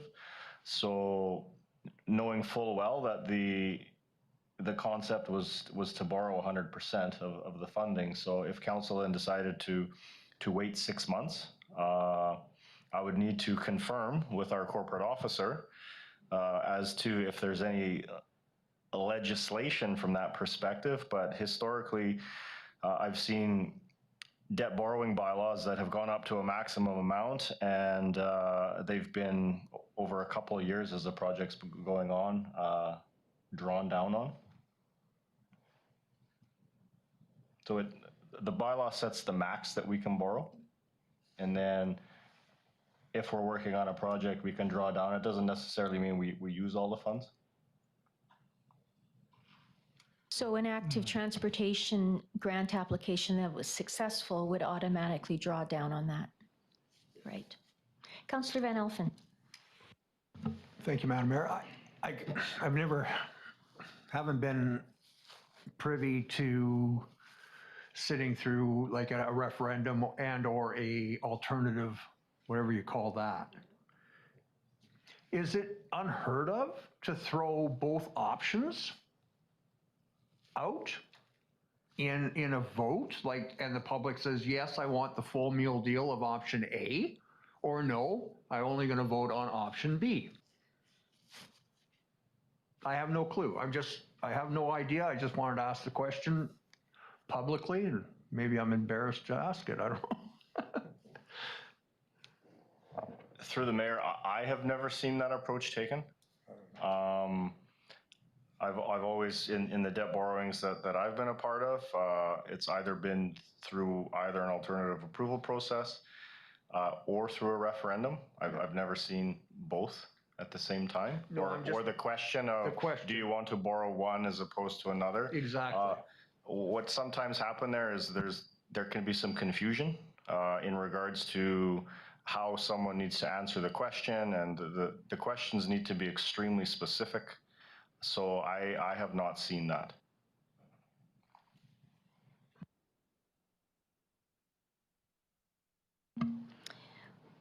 I don't think I had anyone down, so I'll go to Councillor Traynor.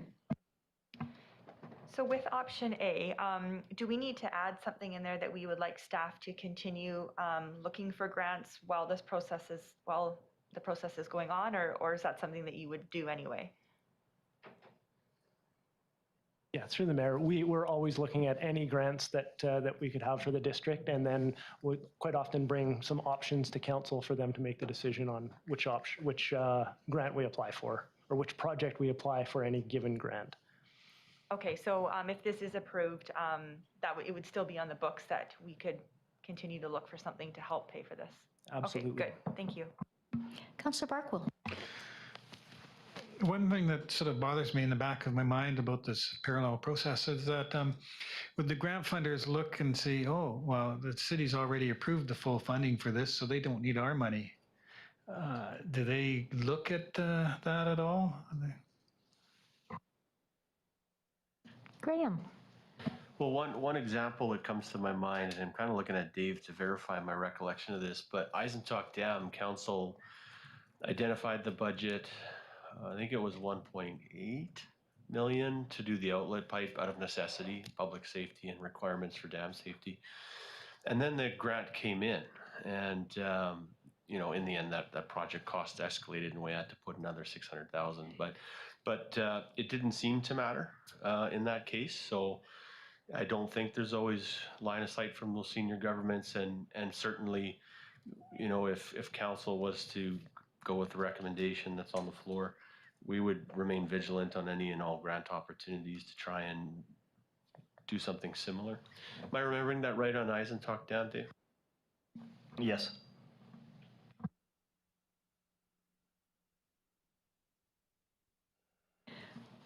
Councillor Holmes. Yeah, I'm all for doing a parallel process and trying to get a grant, but I think I wouldn't want to wait around too long, because then we'll just end up with, you know, $3 million cost overruns, and and what's the point, right? So I think it'd be great if we get a grant, but otherwise, you know, let's just do it. But Okay, ready for the question then? All in favor? And opposed? So that is defeated. So do you want to go on to, is there someone that would like to bring forward a different motion? We have 4 minutes. Councillor Holmes. Yes, I'll bring forward a motion that we do the full project from Harris to Gartrell only, and the pulverized paving of the existing width from Gartrell to Hillborn. You're seconding, Councillor Barkwell? Did you want to say something? Just to clarify, Madam Mayor, does that also include the $2 million of the other works? Yes.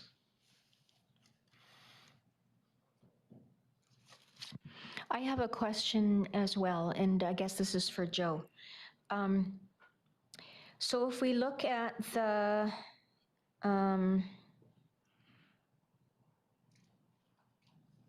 Harris Road to Gartrell, or Gartrell Road, 5.4 million, right? And then the alternate road option for just the Giant's Head to Hillborn, that's an additional $1 million. Am I reading that right? Are you looking so at table one? The full meal deal for option B, and then the addition of the alternate road option for, just a minute, I messed up here. What's the alternate road option cost for Giant's Head to Hillborn?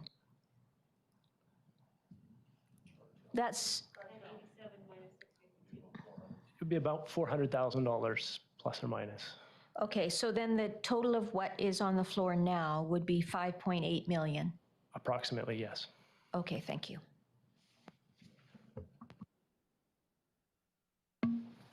So further discussion on this option? Oh, Graham. And then Councillor Carlson. Thank you, Madam Mayor. I don't mean to include myself in the discussion, but I have more of a question to Joe, which is just with the existing width of that section from Gartrell to Hillborn, is it still possible to do that bike lane on there, or would that not be feasible with the existing width? Through the mayor, we would be repaving that stretch of road using the pulverized method.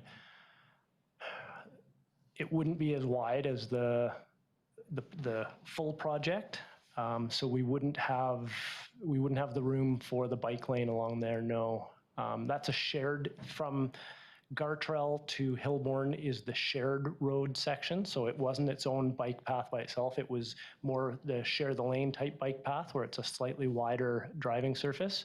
When you pulverize, you have to basically replace with exactly the same width of road that you have there. So no, it wouldn't have the cycling component on there. They would be in with the rest of traffic.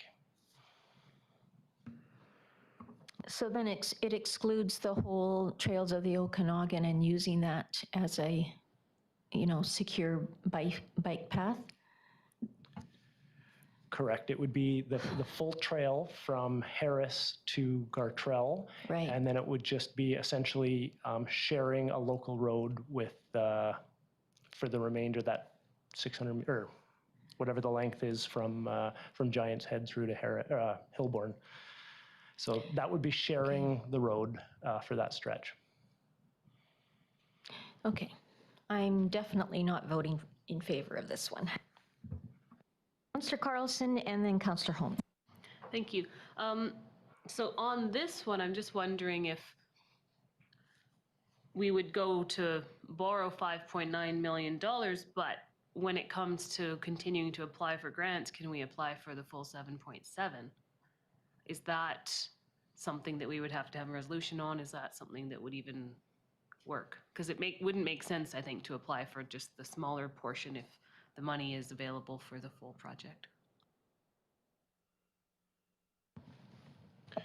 Through the chair, I don't see why we could not apply for the full program for the full Giant's Head to all the way up to Hillborn on a grant, even though council has decided or maybe deciding to only do a portion of a project. The grant itself would be deemed as an entirely different project.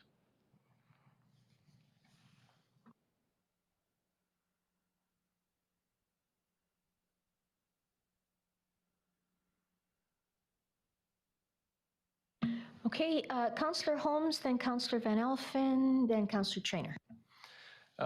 Thank you. Just to confirm that the full project is sees a separated pathway just until Gartrell Road, but between Gartrell Road and Hillborn, it would just be a shoulder, the shoulder that the bike lane would be.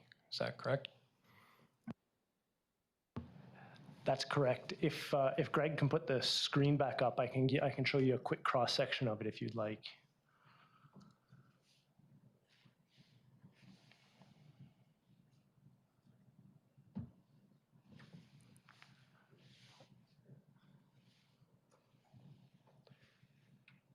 And it's slide 9.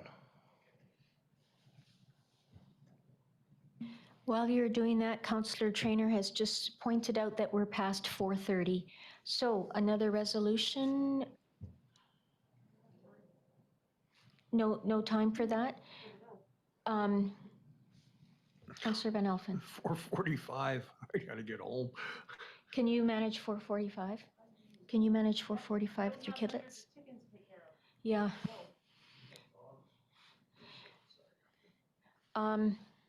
That gives us another 12 minutes and then we're done. Oh, so it's on the road or on the screen there.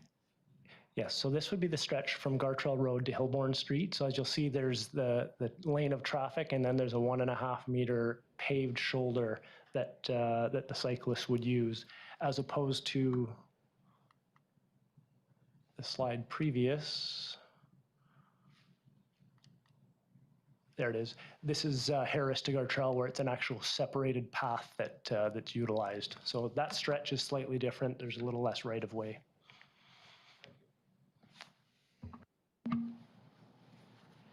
Okay, next, Councillor Van Elfen. Thank you, Madam Mayor. Just going back to what Councillor Carlson was saying. So if we go with this resolution, but we actively keep continuing to look for grant funding, if if a grant came available for $2 or $3 million, then we could go ahead and do the whole project. Is that where you're kind of going with that? That's, it's very interesting. I'd be willing to look at that, But just to keep our options open, that if some grant funding does come available, then we do the full meal deal. I don't know if anybody else has appetite towards that. What do you think? I do, especially when half of that 2 million can come from the active transportation grant. Okay. Councillor Trainer. Okay. Any further discussion?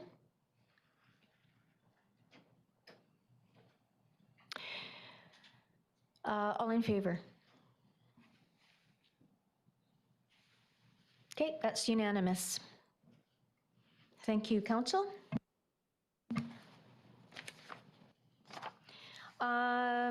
Just a couple of short things now. Kendra, for the council meeting schedule. Thank you, Madam Mayor. So before council is the 2022 council meeting schedule.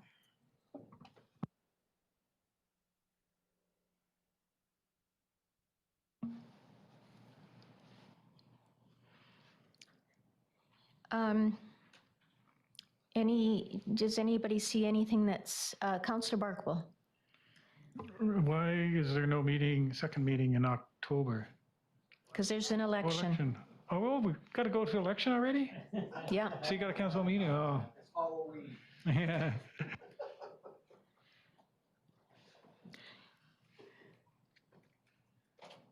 Not sure why December 25th isn't showing as a stat holiday, but that's neither here nor there.